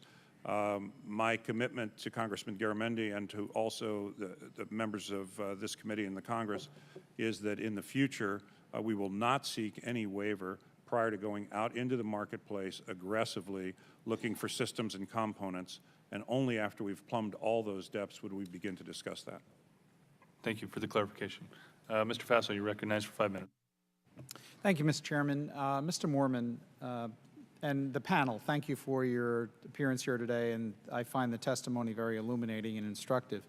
Mr. Moorman, I represent an area in the Mid-Hudson Valley of New York State, served by the Empire Service, and I have had occasion to frequently use that service through the years. Can you, we have not been able to find out from Amtrak as to the potential service disruptions because of Penn Station construction project, which is a very necessary project, and what disruptions may be taking place on the Empire service. Are you able to advise me in that this morning, or should we discuss it subsequent to the hearing? No, I think I can clarify that. We'll continue to operate all the Empire Service trains during peak. It is our expectation that those trains will operate into Grand Central rather than Penn Station, and that's how we'll keep them out of the work that's going on. So you're expecting all the Empire Service trains? Right. We don't expect to cut any Empire Service trains. We just are going to keep them out of Penn during the peak periods, and those are the trains that will operate in and out of Grand Central. So people should anticipate going into Grand Central for July, August, that time period, and then after Labor Day, anticipating going back to Penn? Yes, sir. That's correct. And the only people that should anticipate that will be the trains that are either arriving or departing in morning or afternoon rush hour. Okay. You also, in your testimony, you mentioned that you're undertaking a major refresh program for the 450 Amfleet 1 cars that are the backbone of the Northeast Corridor service. Is that those train rehabilitation, is that going to, an upgrade, is that going to affect the service or the train sets that are used on the Empire service line? Yes. Those are the so-called Amfleet 1 cars, and I believe they're all in Empire service as well, and as well as a lot of other state-supported services and the corridor. That is good news, because I can tell you, as someone that's used that Empire service many times through the years, they needed to be refurbished about 15 years ago. Given that I think it was last done over 20 years ago, I think your timing is exactly right. But let me say more broadly that this is part of the whole thesis, I think, that Amtrak has to have of paying attention to the customer experience. And the work that we're doing is not extraordinarily expensive, but it will result in a completely different customer experience. And one last, now that you mentioned customer experience, the fact that you can't buy a cup of coffee on the Empire service trains between Albany and New York City. I know this is an issue between Amtrak and New York State as well. I would hope that you would go back to the drawing board on this, because I can tell you it is a very frustrating experience for many people who utilize that service. And if there's ever a delay, there's virtually nothing. I've been on trains on the Empire service where there was a tree falls on the track, or there's some other unintended disruption, and literally you've got to get off the train at a station if you're close enough to it, and it's very uncomfortable for those folks not having any refreshments on those trains. So I just wanted to, you don't have to answer that. I think you know my point. I wasn't aware of it, but I'll work on it. Right. It's important. Believe me, if you can get coffee back and other things back on the Empire service, we may name a car after you or something like that. Mr. Procari, you have perhaps one of the most integral and important projects in the nation. Tell me, is 3P something that you've looked at in terms of trying to get some of the financing, some of the pieces of the financing that could be necessary to build this project? So I understand it, we're looking at a project that's $18 to $20 billion. Excellent question, Congressman. The short answer is yes. So for the first piece of the Gateway project, Portal Bridge, which is 100% designed and ready to go, that will be a more traditional design bid build. For the Phase 1B, the tunnel project, starting with an industry forum this summer, we're actively soliciting private sector input to determine the best procurement methodology, which may well be a public-private partnership. So a project like that could well lend itself to a public-private partnership because it's essentially a capacity allocation under the Hudson River. With a private sector partner under that scenario, we would still, of course, require a federal government funding partner. The ratios might be slightly different, and certainly the allocation of risk would be different, which is one of the primary advantages of a public-private partnership. So we're actively evaluating that and considering that. We're looking at best practices from around the world. We truly have an open mind on where to go. The real determinant going forward is how we can most quickly and efficiently deliver that tunnel project. Thank you. Mr. Chairman, could I just ask one more follow-up for the record, if they could submit? Brief, yes. Mr. Percari, could you advise whether there are any state or federal statutory impediments to the Gateway project seeking a public-private partnership? And if you could submit that to us for the record, I'd appreciate that. We'll be happy to submit it for the record. The Gateway Project Development Corporation was created in part so that it would have the flexibility of doing things like a public-private partnership if appropriate. Thank you, Mr. Chairman. Thank you, Mr. Fassel. Mr. Lipinski, recognized for 5 minutes. Thank you, Mr. Chairman. Chicago Union Station is owned by Amtrak, and recently Amtrak selected a master developer for a nearly $1 billion redevelopment project at Union Station. It'll bring over 3 million square feet of office, residential, retail, and hotel space to the historic facility. It will certainly bring a markedly improved experience for commuters and travelers, be great for economic development in that area. So it's good to see that. I worked on getting some language in the FAST Act that helped to make that possible. Now, in 2013, Amtrak's board of directors called for a more coordinated approach to unlock the commercial value of Amtrak's assets and generate additional revenue that could be reinvested back into the infrastructure, with a particular focus on major stations such as Chicago Union Station. This was called the Terminal Development Initiative. So I wanted to ask Mr. Moorman, can you describe Amtrak's priorities for these investments, and will they be linked to the regions where the revenue is generated? Obviously, it's a big question that I have. The money that Amtrak receives in this redevelopment, will that be used in the region, or could that be moved somewhere else? As we look at these projects, Chicago being a great example in our first project, but with more to come on the Northeast Corridor, it's our hope and expectation that that will generate significant funds for Amtrak to use in the operation of its business. It is certainly our intention to make sure that funds, for example, from Chicago are used to the maximum extent possible to do the work that's required, and a lot of it is required in Chicago Union Station and in our Chicago facilities. We'll have to make sure that we work on the timing, because in some cases the funds that come from a particular development may not match the timing of the investments that we need to make. But we certainly plan on using those funds to the extent possible to do the work in the area where they're being generated. Thank you. And I want to go back to the to Buy America.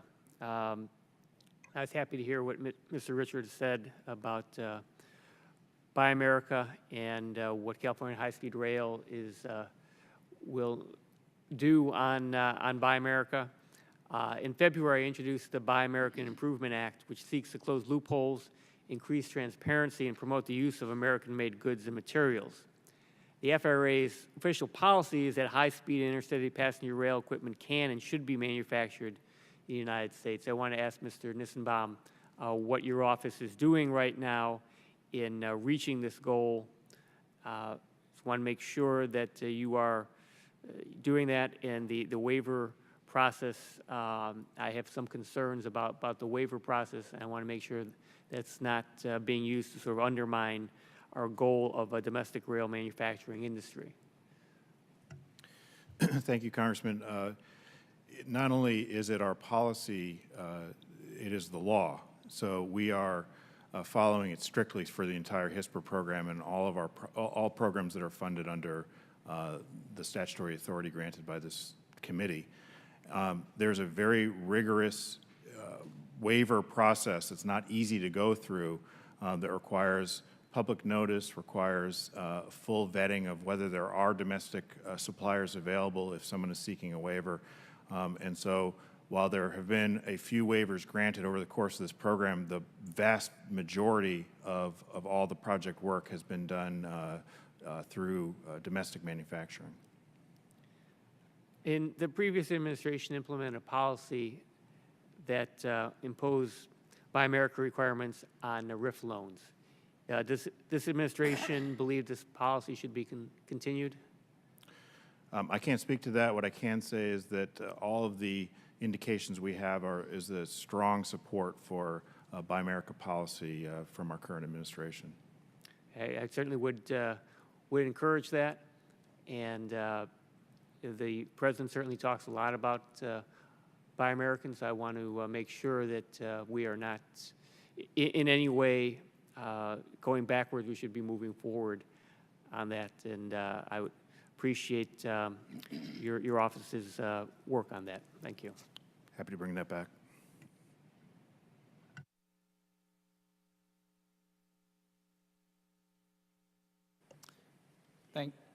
Thank you, Mr. Lipinski. Mr. Lewis is recognized for 5 minutes. Thank you, Mr. Chairman, and thank you to the witnesses for joining us today. Mr. Moorman, the FAST Act, as I understand it, required a separate P&L statement for the Northeast Corridor as well as the network by December of 16. That didn't materialize, and I believe the date was pushed back to June 2nd. That didn't materialize. Where are we in this process? We had an earlier conversation about this from a P&L standpoint and an allocation of all of our spending and revenue. Those accounts have been developed, and I think the FRA which has been a partner with us in developing them, has them, and I want to say that they have been delivered. But I'm going to go back and make sure that's the case, and I won't describe the issues we had in developing them, but there were several. What has not yet been delivered are the 5-year business plans for each one of our major businesses. That will be delivered within the next couple of weeks, in part delayed because when I got to Amtrak, we did a substantial amount of reorganization to more clearly align our organization with the specific business lines. Mr. Nissenbaum, would you want to comment on that? Or? Sure. Congressman, we think it's a very important issue, something we've been working on for quite a while, and we appreciated the committee's leadership in advancing the account structure and more transparency and accountability for each of Amtrak's service lines and asset lines. It's a large task for Amtrak. They're dealing with some pretty antiquated accounting systems. WIC has brought in a new leadership team, including a new CFO, who has demonstrated to us a real commitment to not only comply with the requirements of the FAST Act, but to actually deliver and go beyond in terms of transparency. So we're looking forward to continuing to work with Amtrak. I believe, Mr. Nissenbaum, the FAST Act also required DOT to accept some competitive bids for some of the routes. Have you received an application, or where are we on that? Yeah, so the FAST Act provided for a pilot program for up to 3 long-distance routes to be competitively bid. It requires a rulemaking process. We issued an NPRM, and we're in the process of finalizing our final rule. Once that rule goes out, that will start the clock ticking on getting expressions of interest and then bids in on the. And what do you expect the timeline for that to be? We expect that rule to be out very soon. What is soon? I can't say for sure. I can tell you that it's in the final review process. Mr. Reininger, I'm interested in your business model on All Aboard Florida, and especially choosing the Miami-Orlando route. I mean, I think you described the policy or the business model as trying to serve those areas that are too long to drive and too short to fly. I call that high density, where rail is most successful. Was that a factor in your choice? With certainty, the size of the absolute marketplace and the mobility between the individual cities is central to the equation. The FRA envisions a high-speed rail network connecting urban areas up to 500 miles. Now, I'm a little perplexed as to how that's going to work. I believe right now we serve about 1.2% with Amtrak of the rural communities in the country. But given the concern of what I call density, or too long to drive, too short to fly, what is your view of that? I think the private sector's participation in this is important in that you can use private investment dollars to solve portions of the overall infrastructure challenge, specifically those that have the dynamics where they can be profitable.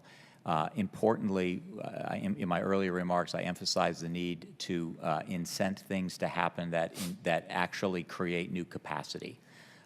The ability to create new capacity to absorb future growth or to tackle the core of the challenge is sort of an important part of that. And when in these marketplaces like the one that we've entered into that give rise to a profitable operation is exactly the kind of position that... I mean, this is the conundrum, isn't it? I mean, in 2005, the DOT said, well, on some of these long-distance routes for Amtrak, they could save $75 to $150 million if they just eliminated sleeper cars. Well, that's the first thing I'd look for when I get on the Empire Builder is a sleeper car. Well, clearly our approach from the beginning here, we entered into this as the provider of a transportation service with an emphasis on the word service. And so as we developed, we had the advantage of building our platform from scratch. We didn't have a legacy that we had to work from. And so we started with the customer, and we made sure that everything about our physical plant was addressed to those needs. Very good. I thank the witnesses, and I yield back. Mr. Desaulnier is recognized for 5 minutes. Thank you, Mr. Chairman. To all of the witnesses, thank you. Thank you for the work you do, Mr. Richard. It's interesting to be back here, particularly if under Mr. Denham's charge for the three of us. And for my colleagues, I've been a supporter of high-speed rail in California, particularly as we become more urbanized, and it's an area that Mr. Richard and I worked on when we were in local government. So following a little bit on Mr. Lipinski's questions, but broadening it in your introductory comments, and we've talked about this before, particularly the JR model in Japan, where I think 25 or 30% of their operational revenue comes from land leases, and they broaden the space beyond what Mr. Lipinski was talking about, as I remember from my trips over there. So as we urbanize in California at a rate that none of us expected, in San Francisco, the assessed value around the Trans-Bay Terminal, which cost us $4 billion in the Bay Area, but we still need to get the Caltrain line, the extra half-mile from 3rd Street in there, which will cost $1.25 billion, and we're trying to find the revenue. The assessed value within the few blocks of the Trans-Bay Terminal is being urbanized so intensely is $8 billion. So in Union Stations in Los Angeles, similar order of magnitude, San Jose, as you have mentioned.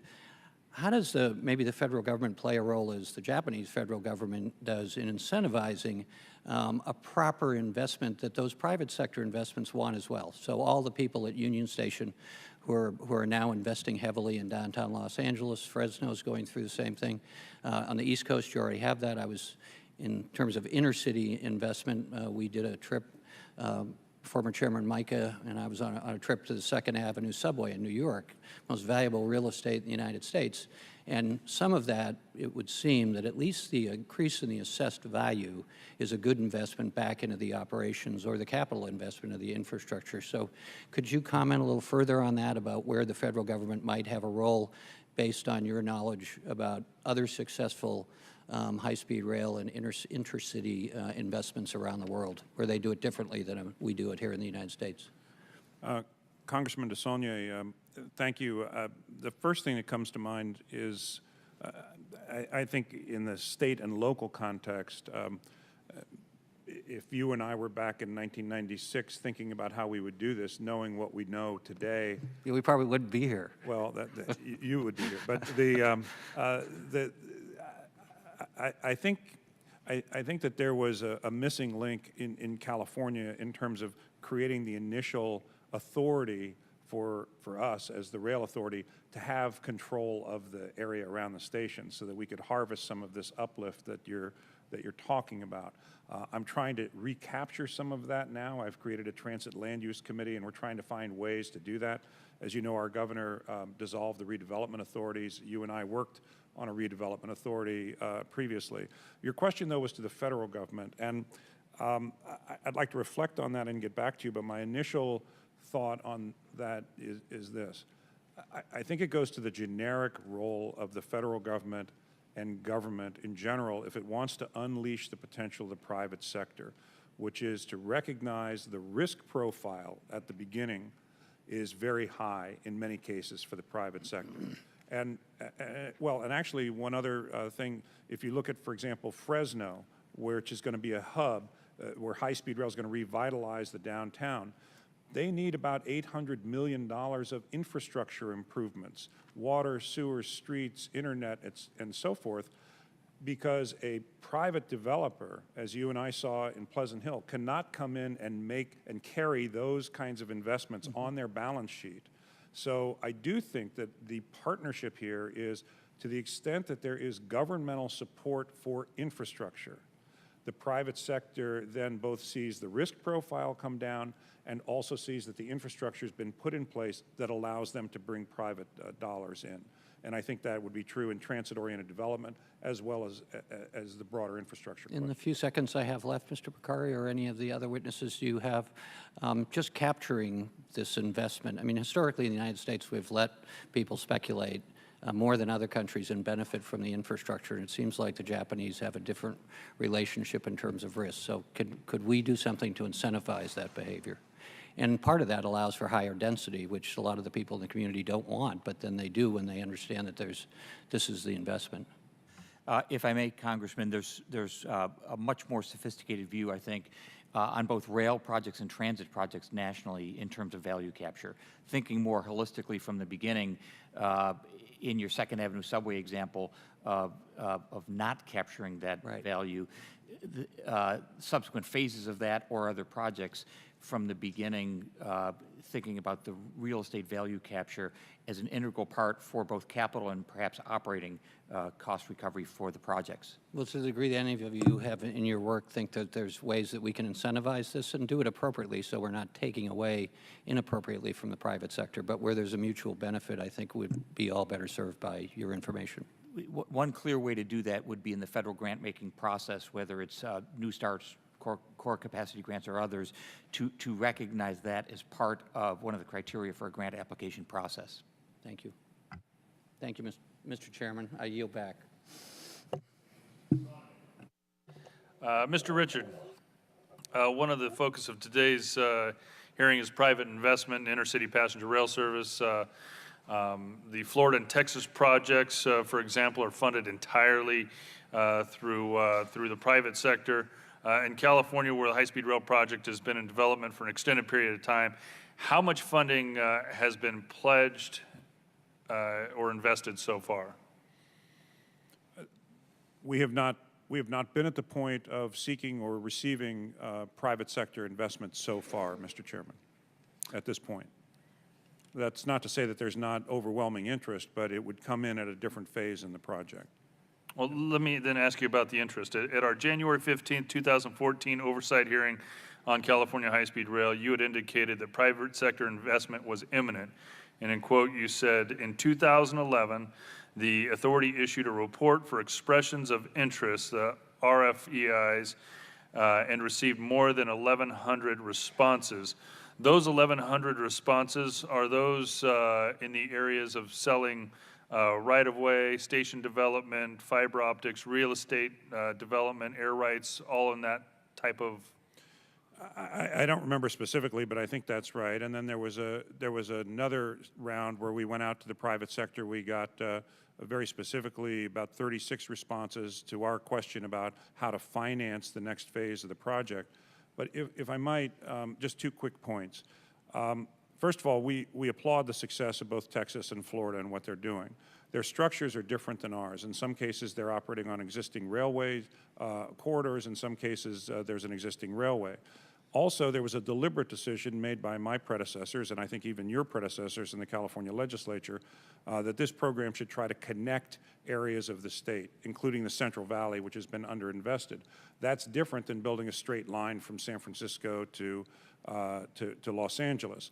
And what that has meant, since we are also by law not allowed to provide an operating subsidy, what that's meant is that for the private sector to come in, either the government has to guarantee their first period losses, which we cannot do by law, or we have to show them that there is sufficient ridership that they will make that investment on a risk-adjusted basis. And that is why our view is that the government has to pay for the first operating segment. We will then auction the rights to the private sector to come in and operate on that segment. So it's in sequence. And I think we're on path for that to happen. I've got specific questions on the ridership side of things and the private investors as it pertains to either direct money into the project or from buying the train sets themselves. Right. But specifically on the redevelopment of real estate or selling of right-of-way for whatever purpose, whether that's development or fiber optics or signage or what have you, do you have estimates on what all of the different developments from LA to San Francisco and the right-of-way that's being purchased, estimates on what that value is that could be generated from just that aspect of the business? I don't have that at this time, Mr. Chairman. We're just really starting to get into that. So my answer is I do not have that at this time. Okay, but you had 1,100 responses. Those 1,100 responses were pertaining to what? Mr. Chairman, I have to say I don't recall at this point. I'd like to be able to supplement my testimony with that. Okay.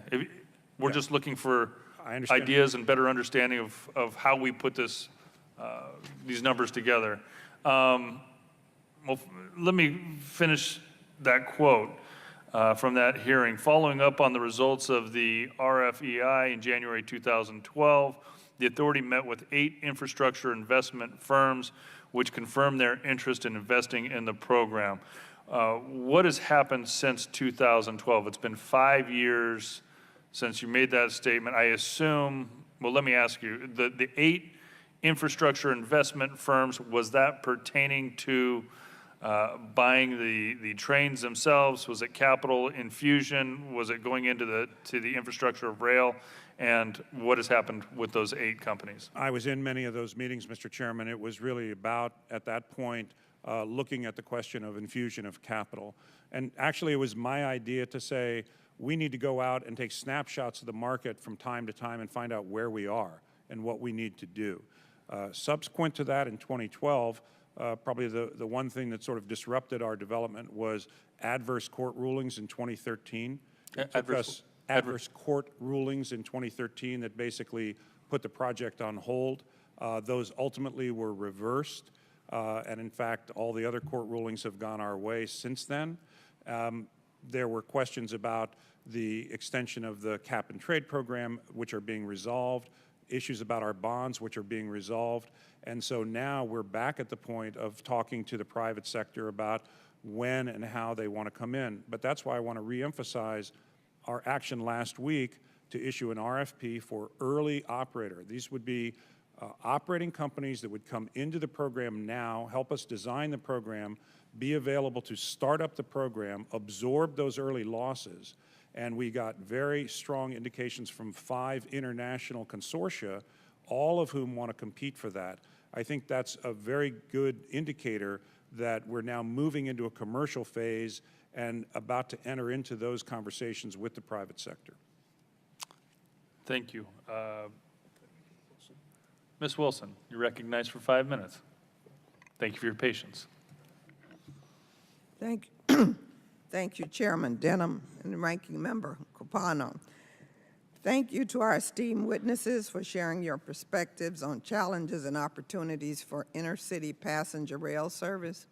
I especially want to thank and welcome Mr. Renninger for joining us today on behalf of Florida East Coast Industries, which is based in my district. Tourism is the backbone of Florida's economy, so the viability of every transportation mode matters. Today, especially passenger rail. I'm pleased that Brightline, the nation's first passenger rail service in 100 years to be privately funded, is headquartered in my district. I cannot overestimate how important this rail system will be to Miami and the greater Florida economy. We expect Brightline, which will launch this summer, to jumpstart our economy with up to 10,000 jobs and to transport 3 to 5 million Floridians and tourists annually. Amtrak's Miami station, which serves more than 70,000 Floridians and tourists each year, also is in my district. So I was quite alarmed by President Trump's proposal to slash nearly half of Amtrak's funding. The draconian cuts would derail Amtrak in my home state and in 22 other states. If this budget is adopted, 3 Amtrak long-distance services currently available in Florida, the Auto Train, Silver Meteor, and Silver Star, could come to a grinding halt. This would not only deprive nearly 1 million Floridians and tourists of safe and reliable passenger rail service, it also would slash hundreds of jobs, exacerbate highway congestion, and harm Florida's tourism-driven economy. Once upon a time, Miami was a tiny hamlet of fewer than 300 residents. Then Henry Flagler Railroad came to town and helped transform the city into a bustling metropolis. Today, Miami is one of the nation's largest cities and a leader in global commerce. But the proposal would slow its economic growth and perhaps even put it in reverse. Amtrak provides an essential service that enables hardworking Americans to travel from state to state and coast to coast in an efficient and cost-effective manner. We should be looking for ways to work across party lines to improve and expand this national treasure. As members of Congress, we have an obligation to our constituents. We need to support Amtrak and new passenger rail services like Brightline. I look forward to working with my colleagues on this subcommittee to derail proposed funding cuts and support sensible reforms that will help keep the traveling public, workers, and communities safe and secure. I have a couple of questions.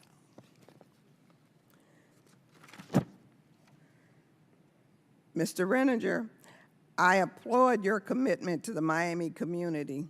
Please elaborate on Brightline's commitment to workforce training and apprenticeship education.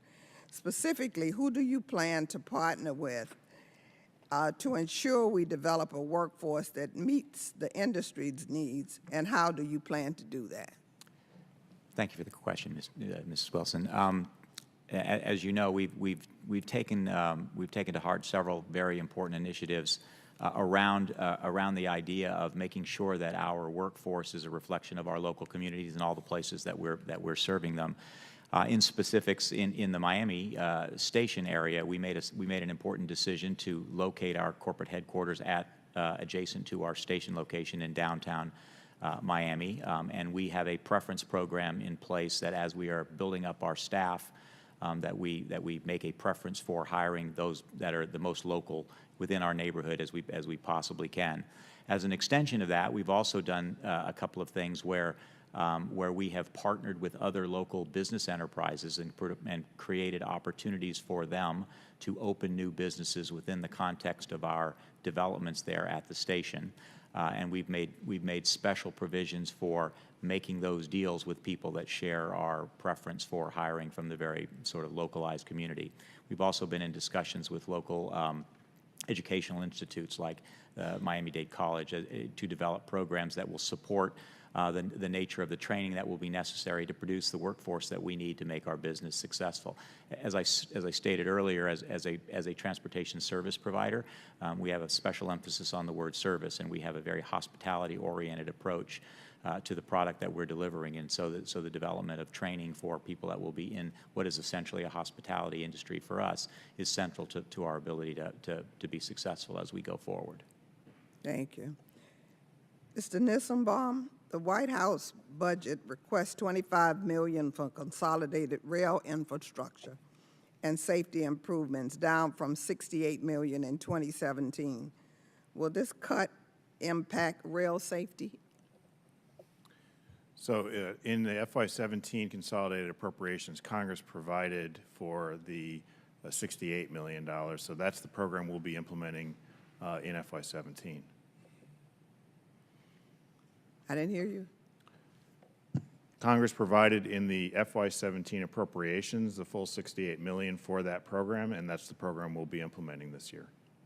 Okay, thank you. Ms. Wilson? Mm-hmm. Your time's expired. I yield back. Thank you. Mr. Richard, the peer review group noted reviewing the 2016 business plan that if the, quote, if the initial initial operating segment is completed as planned, the lack of a connection into Bakersfield, you're stopping the first initial segment short of Bakersfield. So if it's not connected with Bakersfield and you don't have a fully functional connection from San Jose to the Transbay Terminal in San Francisco, will that not, those two, limit the ridership numbers and passenger revenue that you're needed to complete the rest of the project and encourage private investment? They will limit it, Mr. Chairman. I think that the key point here is our 2016 business plan showed that the construction that we are doing in the Central Valley from wherever the terminus is to San Jose by itself would allow us to build something that would be economically self-sustaining, which is both the law and the policy in California. That would be the minimum system that we could build. It would connect the Central Valley to Silicon Valley. There would be enough ridership on that system, even between sort of the Fresno, Merced region and San Jose, to be economically self-sustaining, to not require an operating subsidy. Have you released those ridership estimates? They were part of the 2016 business plan. And so, but we also, and the reason we stopped north of Bakersfield is originally we thought we were going to build our first segment to Los Angeles. We changed our direction for reasons I can go into, and so we didn't go any further south, and we turned to go north and west. But we also said, as you point out in the 2016 business plan, that it would make a lot more sense to actually connect into Bakersfield and to enhance the service between San Jose and San Francisco. Even if we could meet the minimum criteria not doing that, it would make more sense to do that. Though that would require an additional $2.9 billion of investment, but it would generate $4.7 billion of additional ridership revenue. So our point was we could have the conversation with the Congress about whether that's an appropriate federal investment given the almost immediate return of doubling that investment and further connecting those regions. So we don't need to connect into Bakersfield right now or enhance the service to San Francisco, but we think it would be better if we could do that. Frankly, the first place we were going to look is here. If that's not satisfactory, we'll start scrounging in the sofa cushions to see how we get there. And the recent FRA grant for Caltrain electrification, it is my understanding the folks over in that area have made it very, very clear that they will never be high-speed rail, nor do they want to be high-speed rail, and that the Caltrain track will never be upgraded to be able to facilitate the California high-speed rail trains on that piece of track. So it's my understanding that as the blended approach, you would, as you connect with Caltrain eventually, that you would have to get off of California high-speed rail and onto Caltrain. Mr. Chairman, I'm going to have to respectfully say that I don't think any of that is correct. The folks, you may be talking about people who in the community of Atherton have tried to bring litigation to stop high-speed rail from happening on that corridor. But in fact, all of the transportation leaders in the Bay Area have a very different view. We have a very different view, and in fact, by law, we could not provide the $600 million of bond funding contribution to that unless that corridor will accommodate high-speed rail. We simply couldn't do it. The plan is that the electrification will take place now, which will allow Caltrain to have more efficient service as a standalone thing. But in fact, we save $20 billion by using the Caltrain tracks. There is no appreciable diminution in speed between San Jose and San Francisco on that. And there will have to be some track straightening and some passing tracks. But we're in discussions with Caltrain and other transportation leaders in the Bay Area about precisely how to do that. We're doing environmental work on that right now. So that corridor will be upgraded to high-speed service, and we think that's the most cost-effective way to do it. I'd be happy to engage with you or your staff about where we're having differences there. Thank you. I'd like to understand that better, but it is your intention that the Caltrain system will accommodate high-speed rail trains at a certain point in time. That's correct. And those engineering studies have been done, and that is the plan. The California legislature appropriated our bond money specifically with that idea in mind.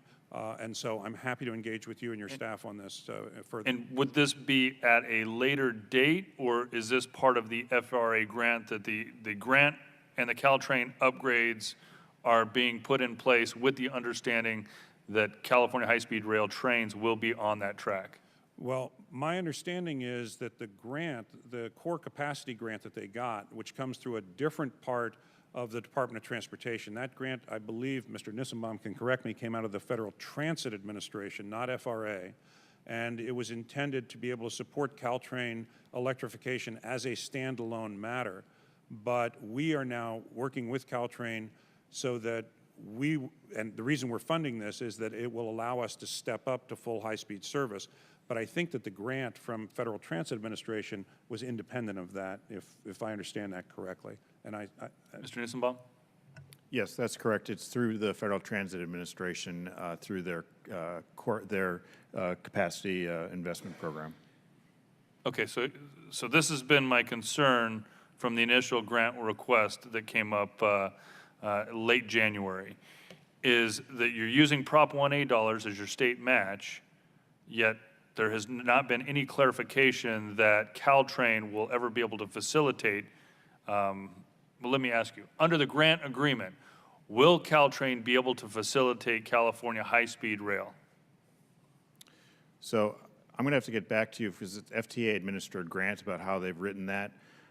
From our standpoint, we work closely with FTA to ensure that whatever sources of funding are applied to each grant are uniquely to those grants, that there's no double counting and so forth. So that's our piece of it. But I can certainly get back to you on how it's written from FTA. But you understand my concern. If Mr. Richard is saying Prop 1A is for California high-speed rail, and you're using California high-speed rail money on a grant match for an upgrade to Caltrain, I want to make sure that we are not going to build a new track and upgrade a track only to have to turn back around and you find other money to upgrade it again, assuming we're going to have Caltrain, California high-speed rail on there. If you could clarify that position, we would look forward to a written response on that. Happy to do that for you. Thank you. And may I just say I agree with you on that, Mr. Chairman. We certainly are working with Caltrain to make sure that we don't end up with pancaked sequential investments. We want to do this right the first time. Thank you, Mr. Richard. Ms. Bustos, you're recognized for 5 minutes. Thank you, Chairman Denham, and also Ranking Member Capuano, and also to our panelists for being here today. This is an important issue for me. I represent the central and northwestern region of the state of Illinois, and we have two possible passenger rail corridors in the district that I serve. The first is service from Chicago to Rockford, and then on to Galena, and then over the river into Dubuque, Iowa. The second is Chicago to the Quad Cities. I live in a town called Moline. The Quad Cities are Moline and Rock Island in my congressional district. That project was awarded $177 million in federal money in 2011 as part of the high-speed intercity passenger rail program. The Chicago to Quad Cities route has experienced delays upon delays due to uncertainty, mostly at the state government level. We've got some issues with our state budget.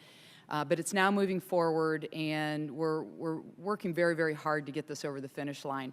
And as you might expect, it's a major economic development impact on our community, 800 new jobs, helping with tourism, helping our families get back and forth to Chicago, which is very congested if you do that by driving. So, Mr. Nissenbaum, I actually have 2 questions for you. The rest of you can relax. I don't have any questions for the rest of you.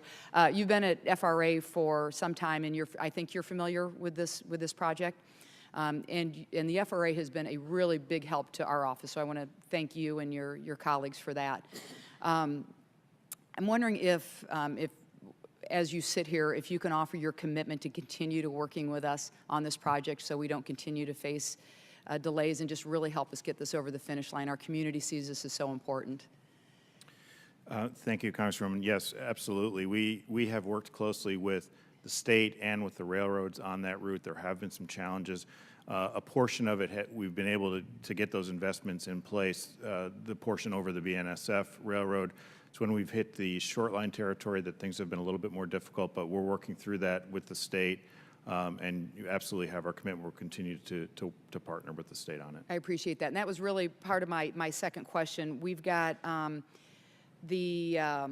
so you've got the Illinois Department of Transportation and I think I don't need to mention the rail line, but the part that a certain rail line where they own the track. So we've got timeline and design upgrades that are needed on that. I think if we can work through that part of it, we'll be able to move this forward. And I guess that's probably more specifically the area that we just really hope that we can work together on working that part of it through.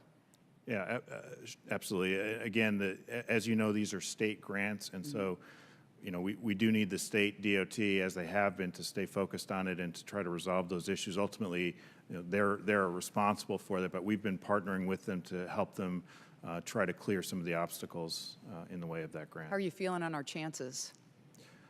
We remain committed and hopeful on getting through them. I will pass that along to my community. I appreciate that. No, we really do appreciate your help. The FRA has been very, very good to deal with, so thank you so much for that, your willingness to commit to that. That's all I have, Mr. Chairman. Thank you, Ms. Bustos. Mr. Capuano. Thank you, Mr. Chairman. I want to thank the panel again. Like I said, I wanted to listen today and heard some interesting stuff. I want to be real clear. From my perspective, anything I do as a member of Congress to deal with Amtrak or any passenger facility across the country, none of it's going to get me a single vote. No one's going to vote for me by spending a lot of money on passenger rail. Yet, we all know that it's absolute necessity for this society to be successful and our economy to be successful. So that's why people like me support this. And honestly, politically, I'm much better off cutting a ribbon on a bridge or opening up a new subway stop or whatever it might be, but this is essential. And honestly, I don't usually advocate for projects outside my district or my region, but clearly the Gateway project is absolutely critical to this country, and it has to be done. I think high-speed rail is absolutely something. It's an embarrassment for those of us who travel internationally to see how far behind we are in high-speed rail. We pride ourselves on being the best and the brightest and the fastest and the first, and yet we're probably the last as far as developed countries go for high-speed rail. And it's about time that we catch up. I want to clarify one thing. Several times today, comments were made relative to ARA, the American Reinvestment and Recovery Act, if I remember what it's called. Just for the record, I want to be real clear. ARA was the stimulus, which people like me who voted for it got the hell beat out of me for voting for it as some kind of a throwaway project. And yet today we're reaping the benefits of it. And I haven't met anybody who doesn't like what we did with it. Now, we can all argue about exactly where the money should have gone, but each and every one of you at this table are representing thousands of people that have been employed because of it.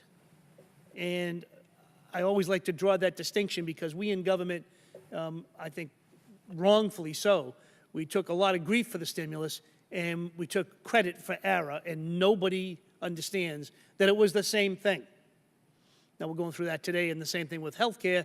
You know, people hate Obamacare, but they love that ACA. Like, it's the same thing. The stimulus was a good bill. I'm glad I voted for it. I wish we could have had more into infrastructure. That's the mistake we made, but so be it. I guess I'd like to ask, I'm going to let you off on this one, Mr. Nissenbaum, out of respect for your current position, but I want to ask the rest of the panelists. I assume you're familiar with the President's proposal relative to rail, particularly passenger rail, and I'd like to ask each of you, do you support the President's budget as proposed to this Congress in regards to the money expended relative to passenger rail? Do you think it is sufficient? Can you do your jobs efficiently if that budget were to be passed as submitted? And again, Mr. Nissenbaum, out of due respect, I will exempt you from that, from answering that. Mr. Moorman, do you have an opinion on the President's budget relative to passenger rail? Mr. Capuano, I'll say what I said earlier. I think that the President's budget, the statement of the budget is that we should not support the long-distance network, but we should continue to support the states and the Northeast Corridor. And as I've said before, I think the long-distance network provides valuable services, but that is an argument that you can have on a philosophical basis. From a practical standpoint, the President's budget would effectively eliminate capital funding for the Northeast Corridor, and that's a bad thing. Mr. Moorman, you have a future in the State Department with that beautiful way to say, no, you don't support it. Mr. Polcari, how do you feel about it? Thank you, Ranking Member Capuano. The Gateway is a great illustration of a very specific project where the President's budget, as proposed, would not permit the federal funding share. So any project that does not yet have a full funding grant agreement could not qualify for core capacity or new starts grants. So starting with the bridge, the Portal North Bridge, and later with the tunnel, the two most crucial elements of this very crucial project would not be eligible for federal funding under the President's budget as proposed. I gotta love this. I guess I'm gonna have to speak English for each of you. That was a no as well. Thank you, Mr. That is a no as well. Mr. Reininger, how do you feel about the President's budget? I can translate afterwards, don't worry. Am I going to be cutting a ribbon on a bridge? I share your point of view that there is a fundamental need for significant investment in infrastructure across the country. I absolutely believe that the role that intercity passenger rail can contribute to that is an important piece of the entire equation. We have, for 5 years now, been laser focused on a private sector response to that. And as much of the conversation has gone on today, I felt a little bit exempted from that because we aren't seeking grants, we aren't seeking subsidies, and we really aren't part of a federal funding source resolution to the opportunities that we see for intercity passenger rail as we go forward into the infrastructure challenge in general. I will say that I think there's room within the context of the dialogue that's presently taking place on infrastructure in general for assistance for projects like ours, and we support those. So that's a no, too. Thank you, Mr. Reininger. Mr. Richard, do you support the President's budget? Mr. Capuano, I'm going to give you a direct answer, but I don't believe that for 1 second. You're going to see that I am, predicated by this. It will surprise people to know that California, a state where we're a car culture, we write songs about our cars in California, actually has 3 of the 5 busiest Amtrak routes in the United States. Our LA to San Diego route is second only to the Northeast Corridor, which we acknowledge is the most important rail corridor in the country. Our State Secretary of Transportation has sent a letter opposing the cuts to Amtrak in the President's budget. I don't think you need to translate for me for that.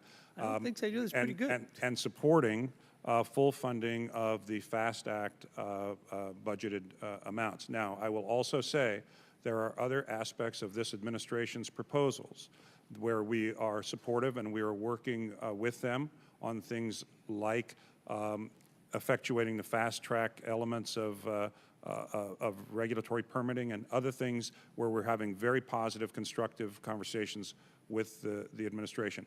But we have specifically opposed the cuts to Amtrak in the President's budget. I'm presuming the chairman's going to be a little flexible with me since I've been so nice all day. I got a few more. Mr. Porcari, I just want to be clear. On the Gateway project, doesn't that include like a big project that Governor Christie shut down years ago? Yes, the ARC project, which wasn't exactly the same as the Gateway project, but would have provided new capacity under the Hudson River into New York, was actually under construction when it was terminated. The Gateway project is, you can think of as its successor. It's more comprehensive, but it is. And yet the state of New Jersey or the Port Authority, whoever it was, has a fair amount of money on the table for the rest of this project. Is that correct? Yes, the state of New Jersey, through New Jersey Transit, is an important part of the local funding component to this. And When you come to the federal government and ask for money, how can we be sure that Governor Christie won't renege again? the governors in both the states of New Jersey and New York have been very strong supporters of this project. They have. When did he change his mind? We believe, because we have a project that's ready to go, that, by the way, the Portal North Bridge project will be managed by New Jersey Transit, an instrument of the New Jersey government that shows the strong support, and Governor Christie has repeatedly expressed his support for the Gateway project. I'm particularly happy he was enlightened.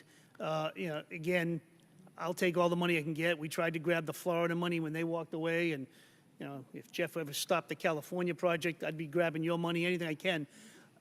But as I said, I need this Gateway project to go through because it's good for the country. And actually, I'm also an American. I'm not just a parochial guy. I'm a little bit of both, but it would be good for us. I guess the last item I have is now, Mr. Nissenbaum, now it's for you. I've been reading and I've been informed that President Trump's administration have told all departments not to answer any questions submitted to them by ranking members of committee or subcommittees. I haven't seen this, but that's what I've been informed is accurate, and I'm just curious. I mean, honestly, up until now, this committee is about as bipartisan as you get. We have minor differences, but they're kind of like family differences. That's why we get things like the FAST Act done. That's until I take your $20 billion for California high-speed rail. That's not a very family thing to do, but yeah. But it just strikes me that that's the kind of policy that, absent some reason, would really drive a divisive wedge in maybe other places, but in this committee, would drive a divisive wedge between people that get along and work together. And I'm just curious, has your department been informed by the White House that you can't answer questions submitted by the ranking member of this committee?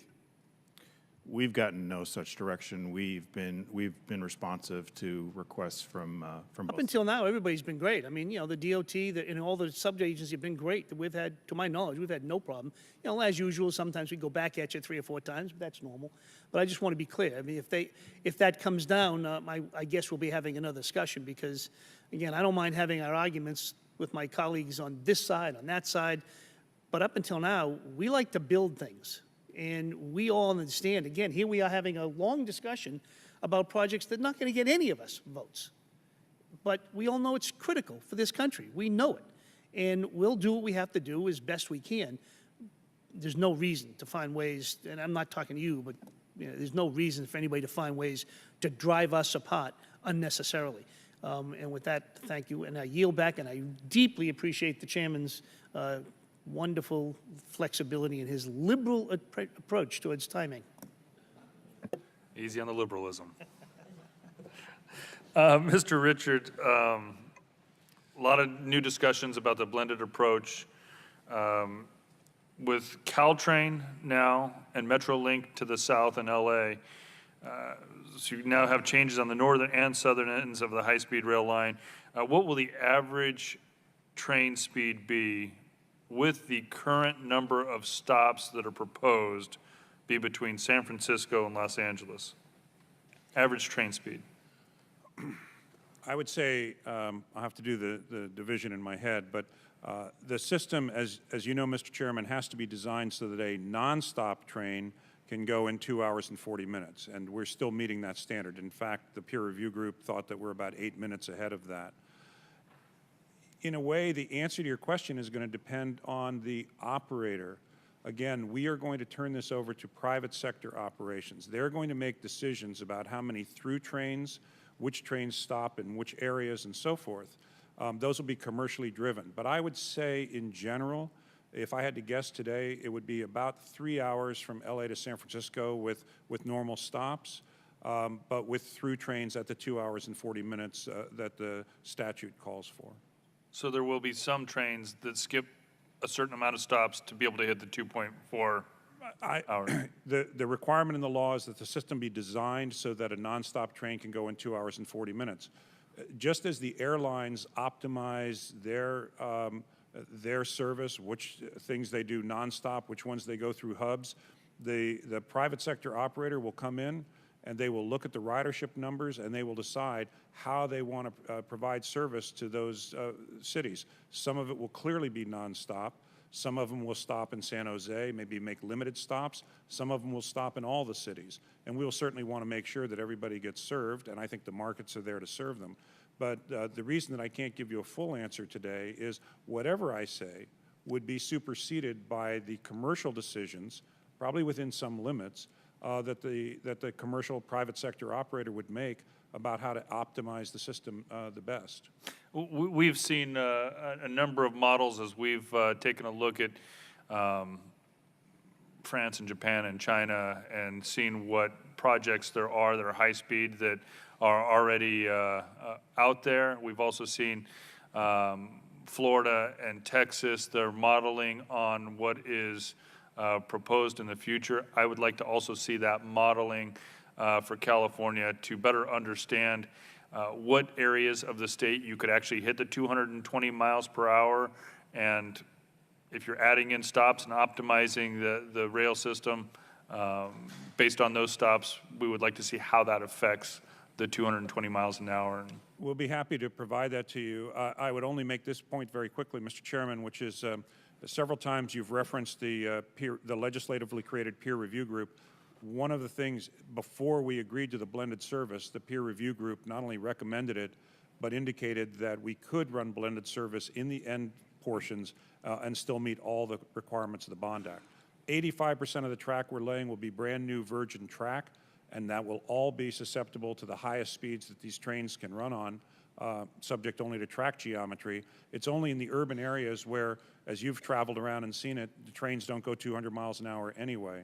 That's why we were able to share track in the north, and in the south, we're only sharing corridor. We're building our own track, but adjacent in the corridor with no appreciable impact on the speeds.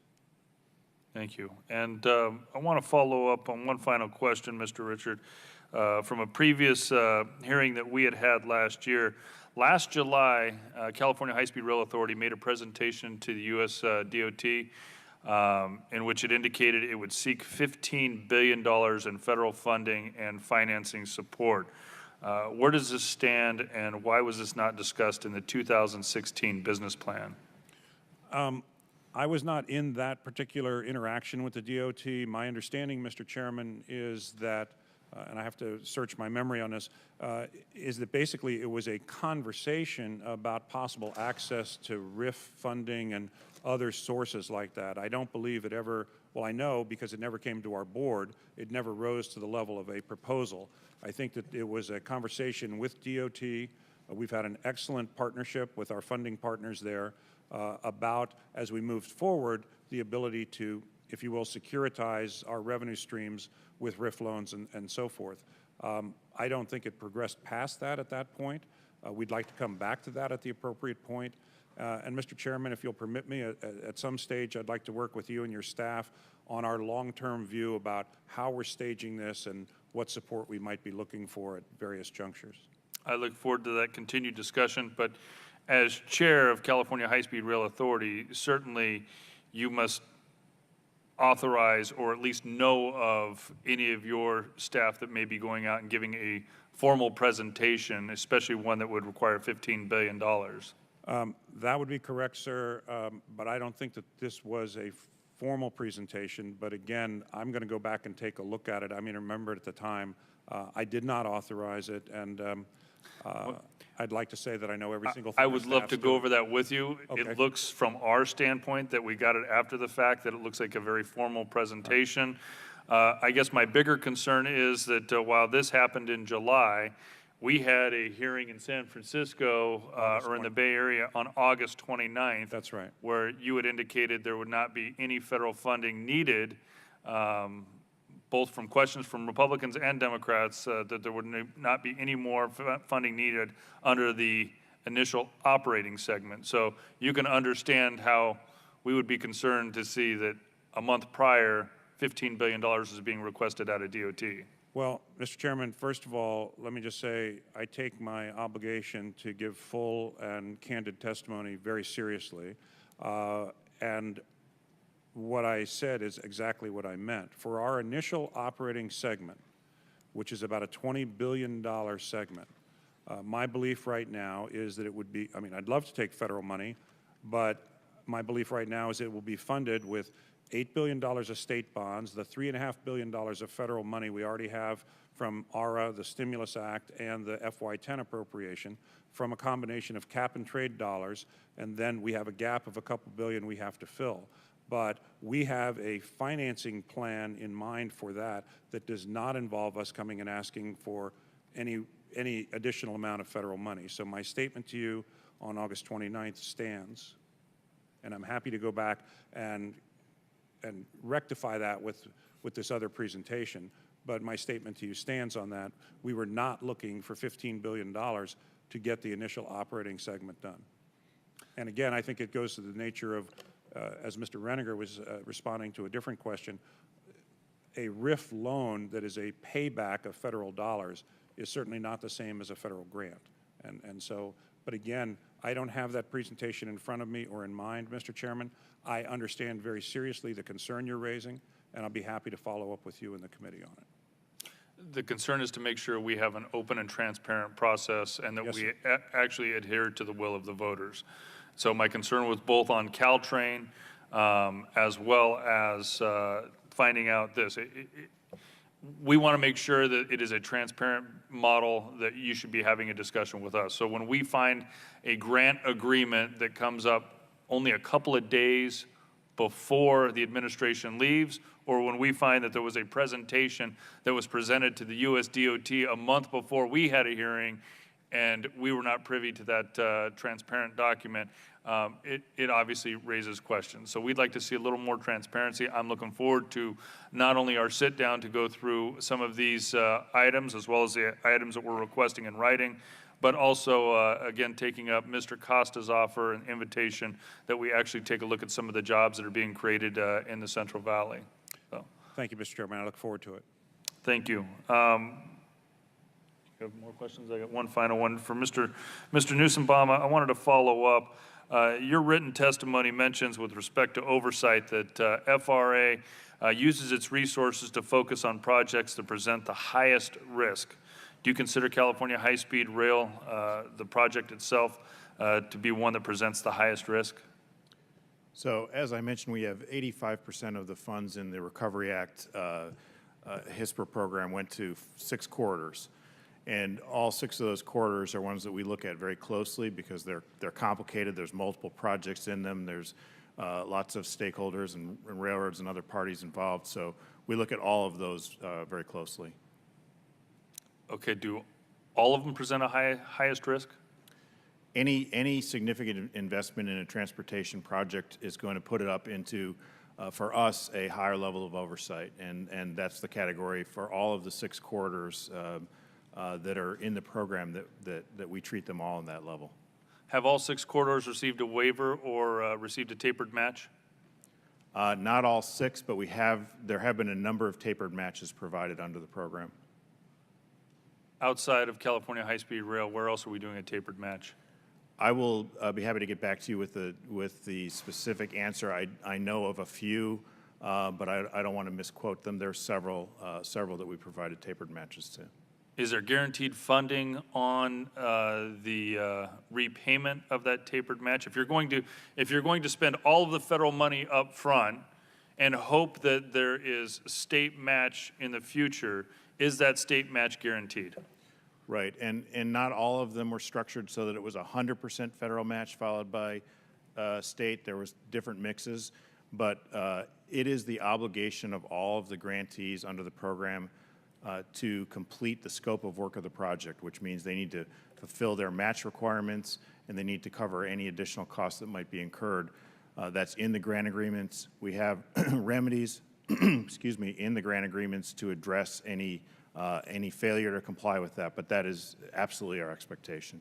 Has FRA done an audit on California high-speed rail?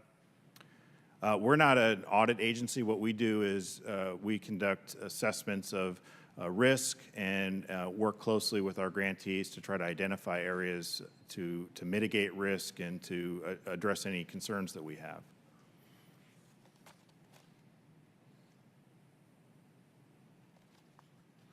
In your testimony, in your opening statement, FRA uses its resources to focus on projects that present the highest risk.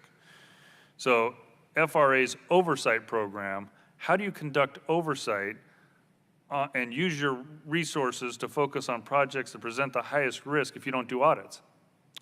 Well, an audit is sort of a formal term. What we do is the oversight from a grant perspective involves looking at how the grantee is delivering their scope, schedule, budget, identifying areas where there may be concerns with any of those elements.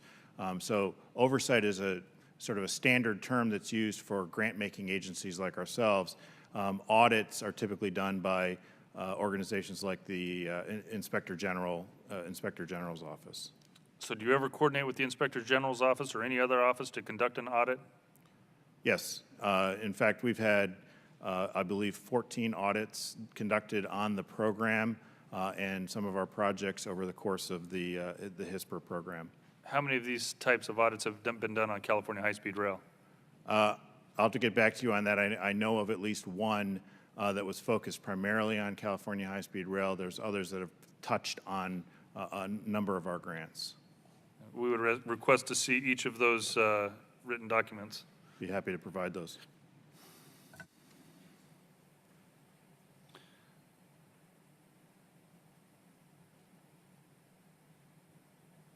So if you were going to do a full audit on the project, what agency would be responsible for that full audit?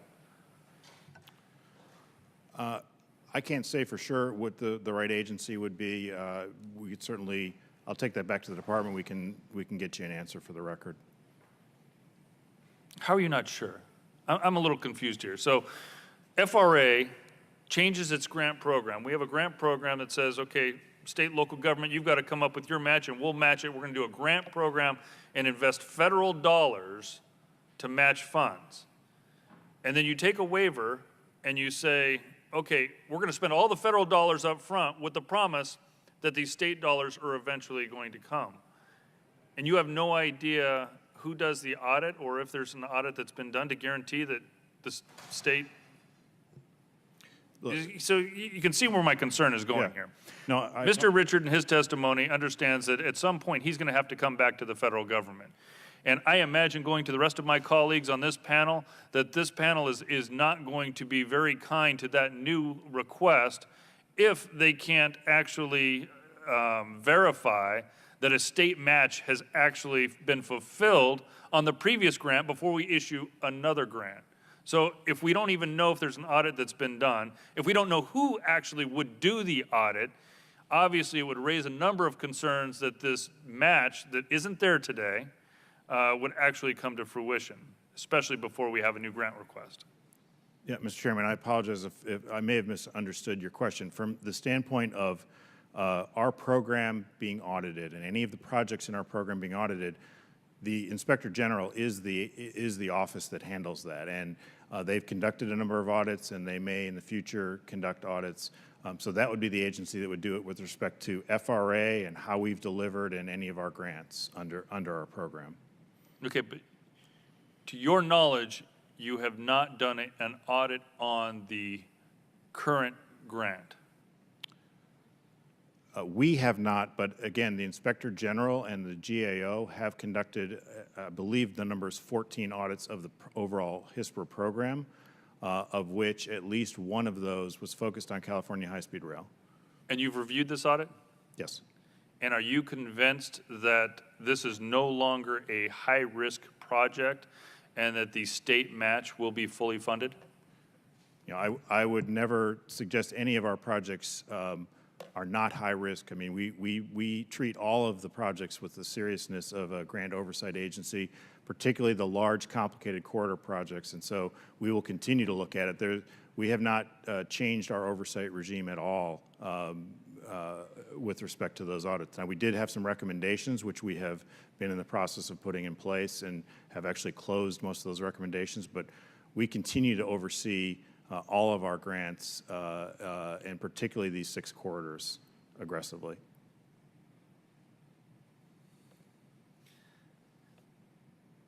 I hate to assume anything in politics, but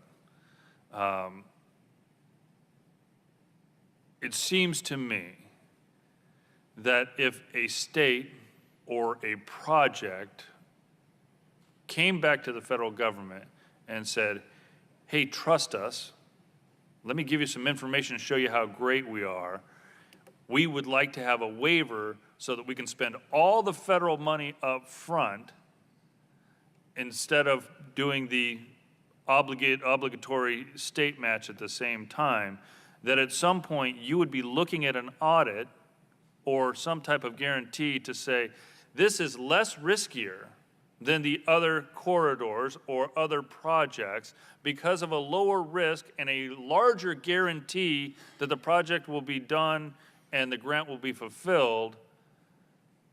There has to be some type of understanding before we would do a tapered match. Would there not? Correct. Whenever we get a request for a tapered match, and we've had a number, and as I said, we've granted some, we go through a review process. It's a standard grant tool that's used. We follow the same procedures as the Federal Highway Administration when they do tapered matches. We look at whether the benefits of that tapered match in terms of project efficiency and delivery exceed the risks. And in this case, we made that determination and granted that tapered match. And again, in all of our grant agreements, we have terms and conditions that are consistent across the grants that give us remedies to address a failure to comply or failure to deliver on any of the obligations of the grantee. Thank you. This committee will be requesting to take a look at and receive copies of what the guarantee was or the cost analysis that was used prior to approving the tapered match, and then also take a look at where we are now before we request an audit. We will do both of those in writing as well. Absolutely. Anything else before we close? No more? Yield to Mr. DeSaulnier. Just 2 comments. I share the concern expressed by the chair on these mega projects when we look at risk management, risk assessment, not specifically towards high-speed rail, but just from experience. And then, Mr. Richard, in regards to the commitment to the 2 hours and 20 minutes, I feel obligated to at least ask you to provide me with some information on the committee. The last committee that I was involved with in Sacramento, the head of your peer review group said, and it was well publicized, that under his belief, under the changes you had made at that time, and that was 3 years ago, that you could no longer make the 220, I think it was 3. You weren't in attendance, Mr. Morales was, but it was well publicized, that's my memory, so we need to find out what changed or what the difference was, because it was a clear, unequivocal response to a question I asked him, and it was the chair of your peer review group. So we just need to find out. I would like to find out whether it's 220 or not, whether he made an error in that public meeting, or if something changed subsequent to that so that your testimony here is accurate. Thank you, Mr. Chair. I will provide that for you. I think I understand where the difference is, and I'll get that information for you. But Because sitting here today, I've never heard an explanation of why he wasn't factually correct in response to that question. So let's find out. Okay. Well, Let me thank each of our witnesses.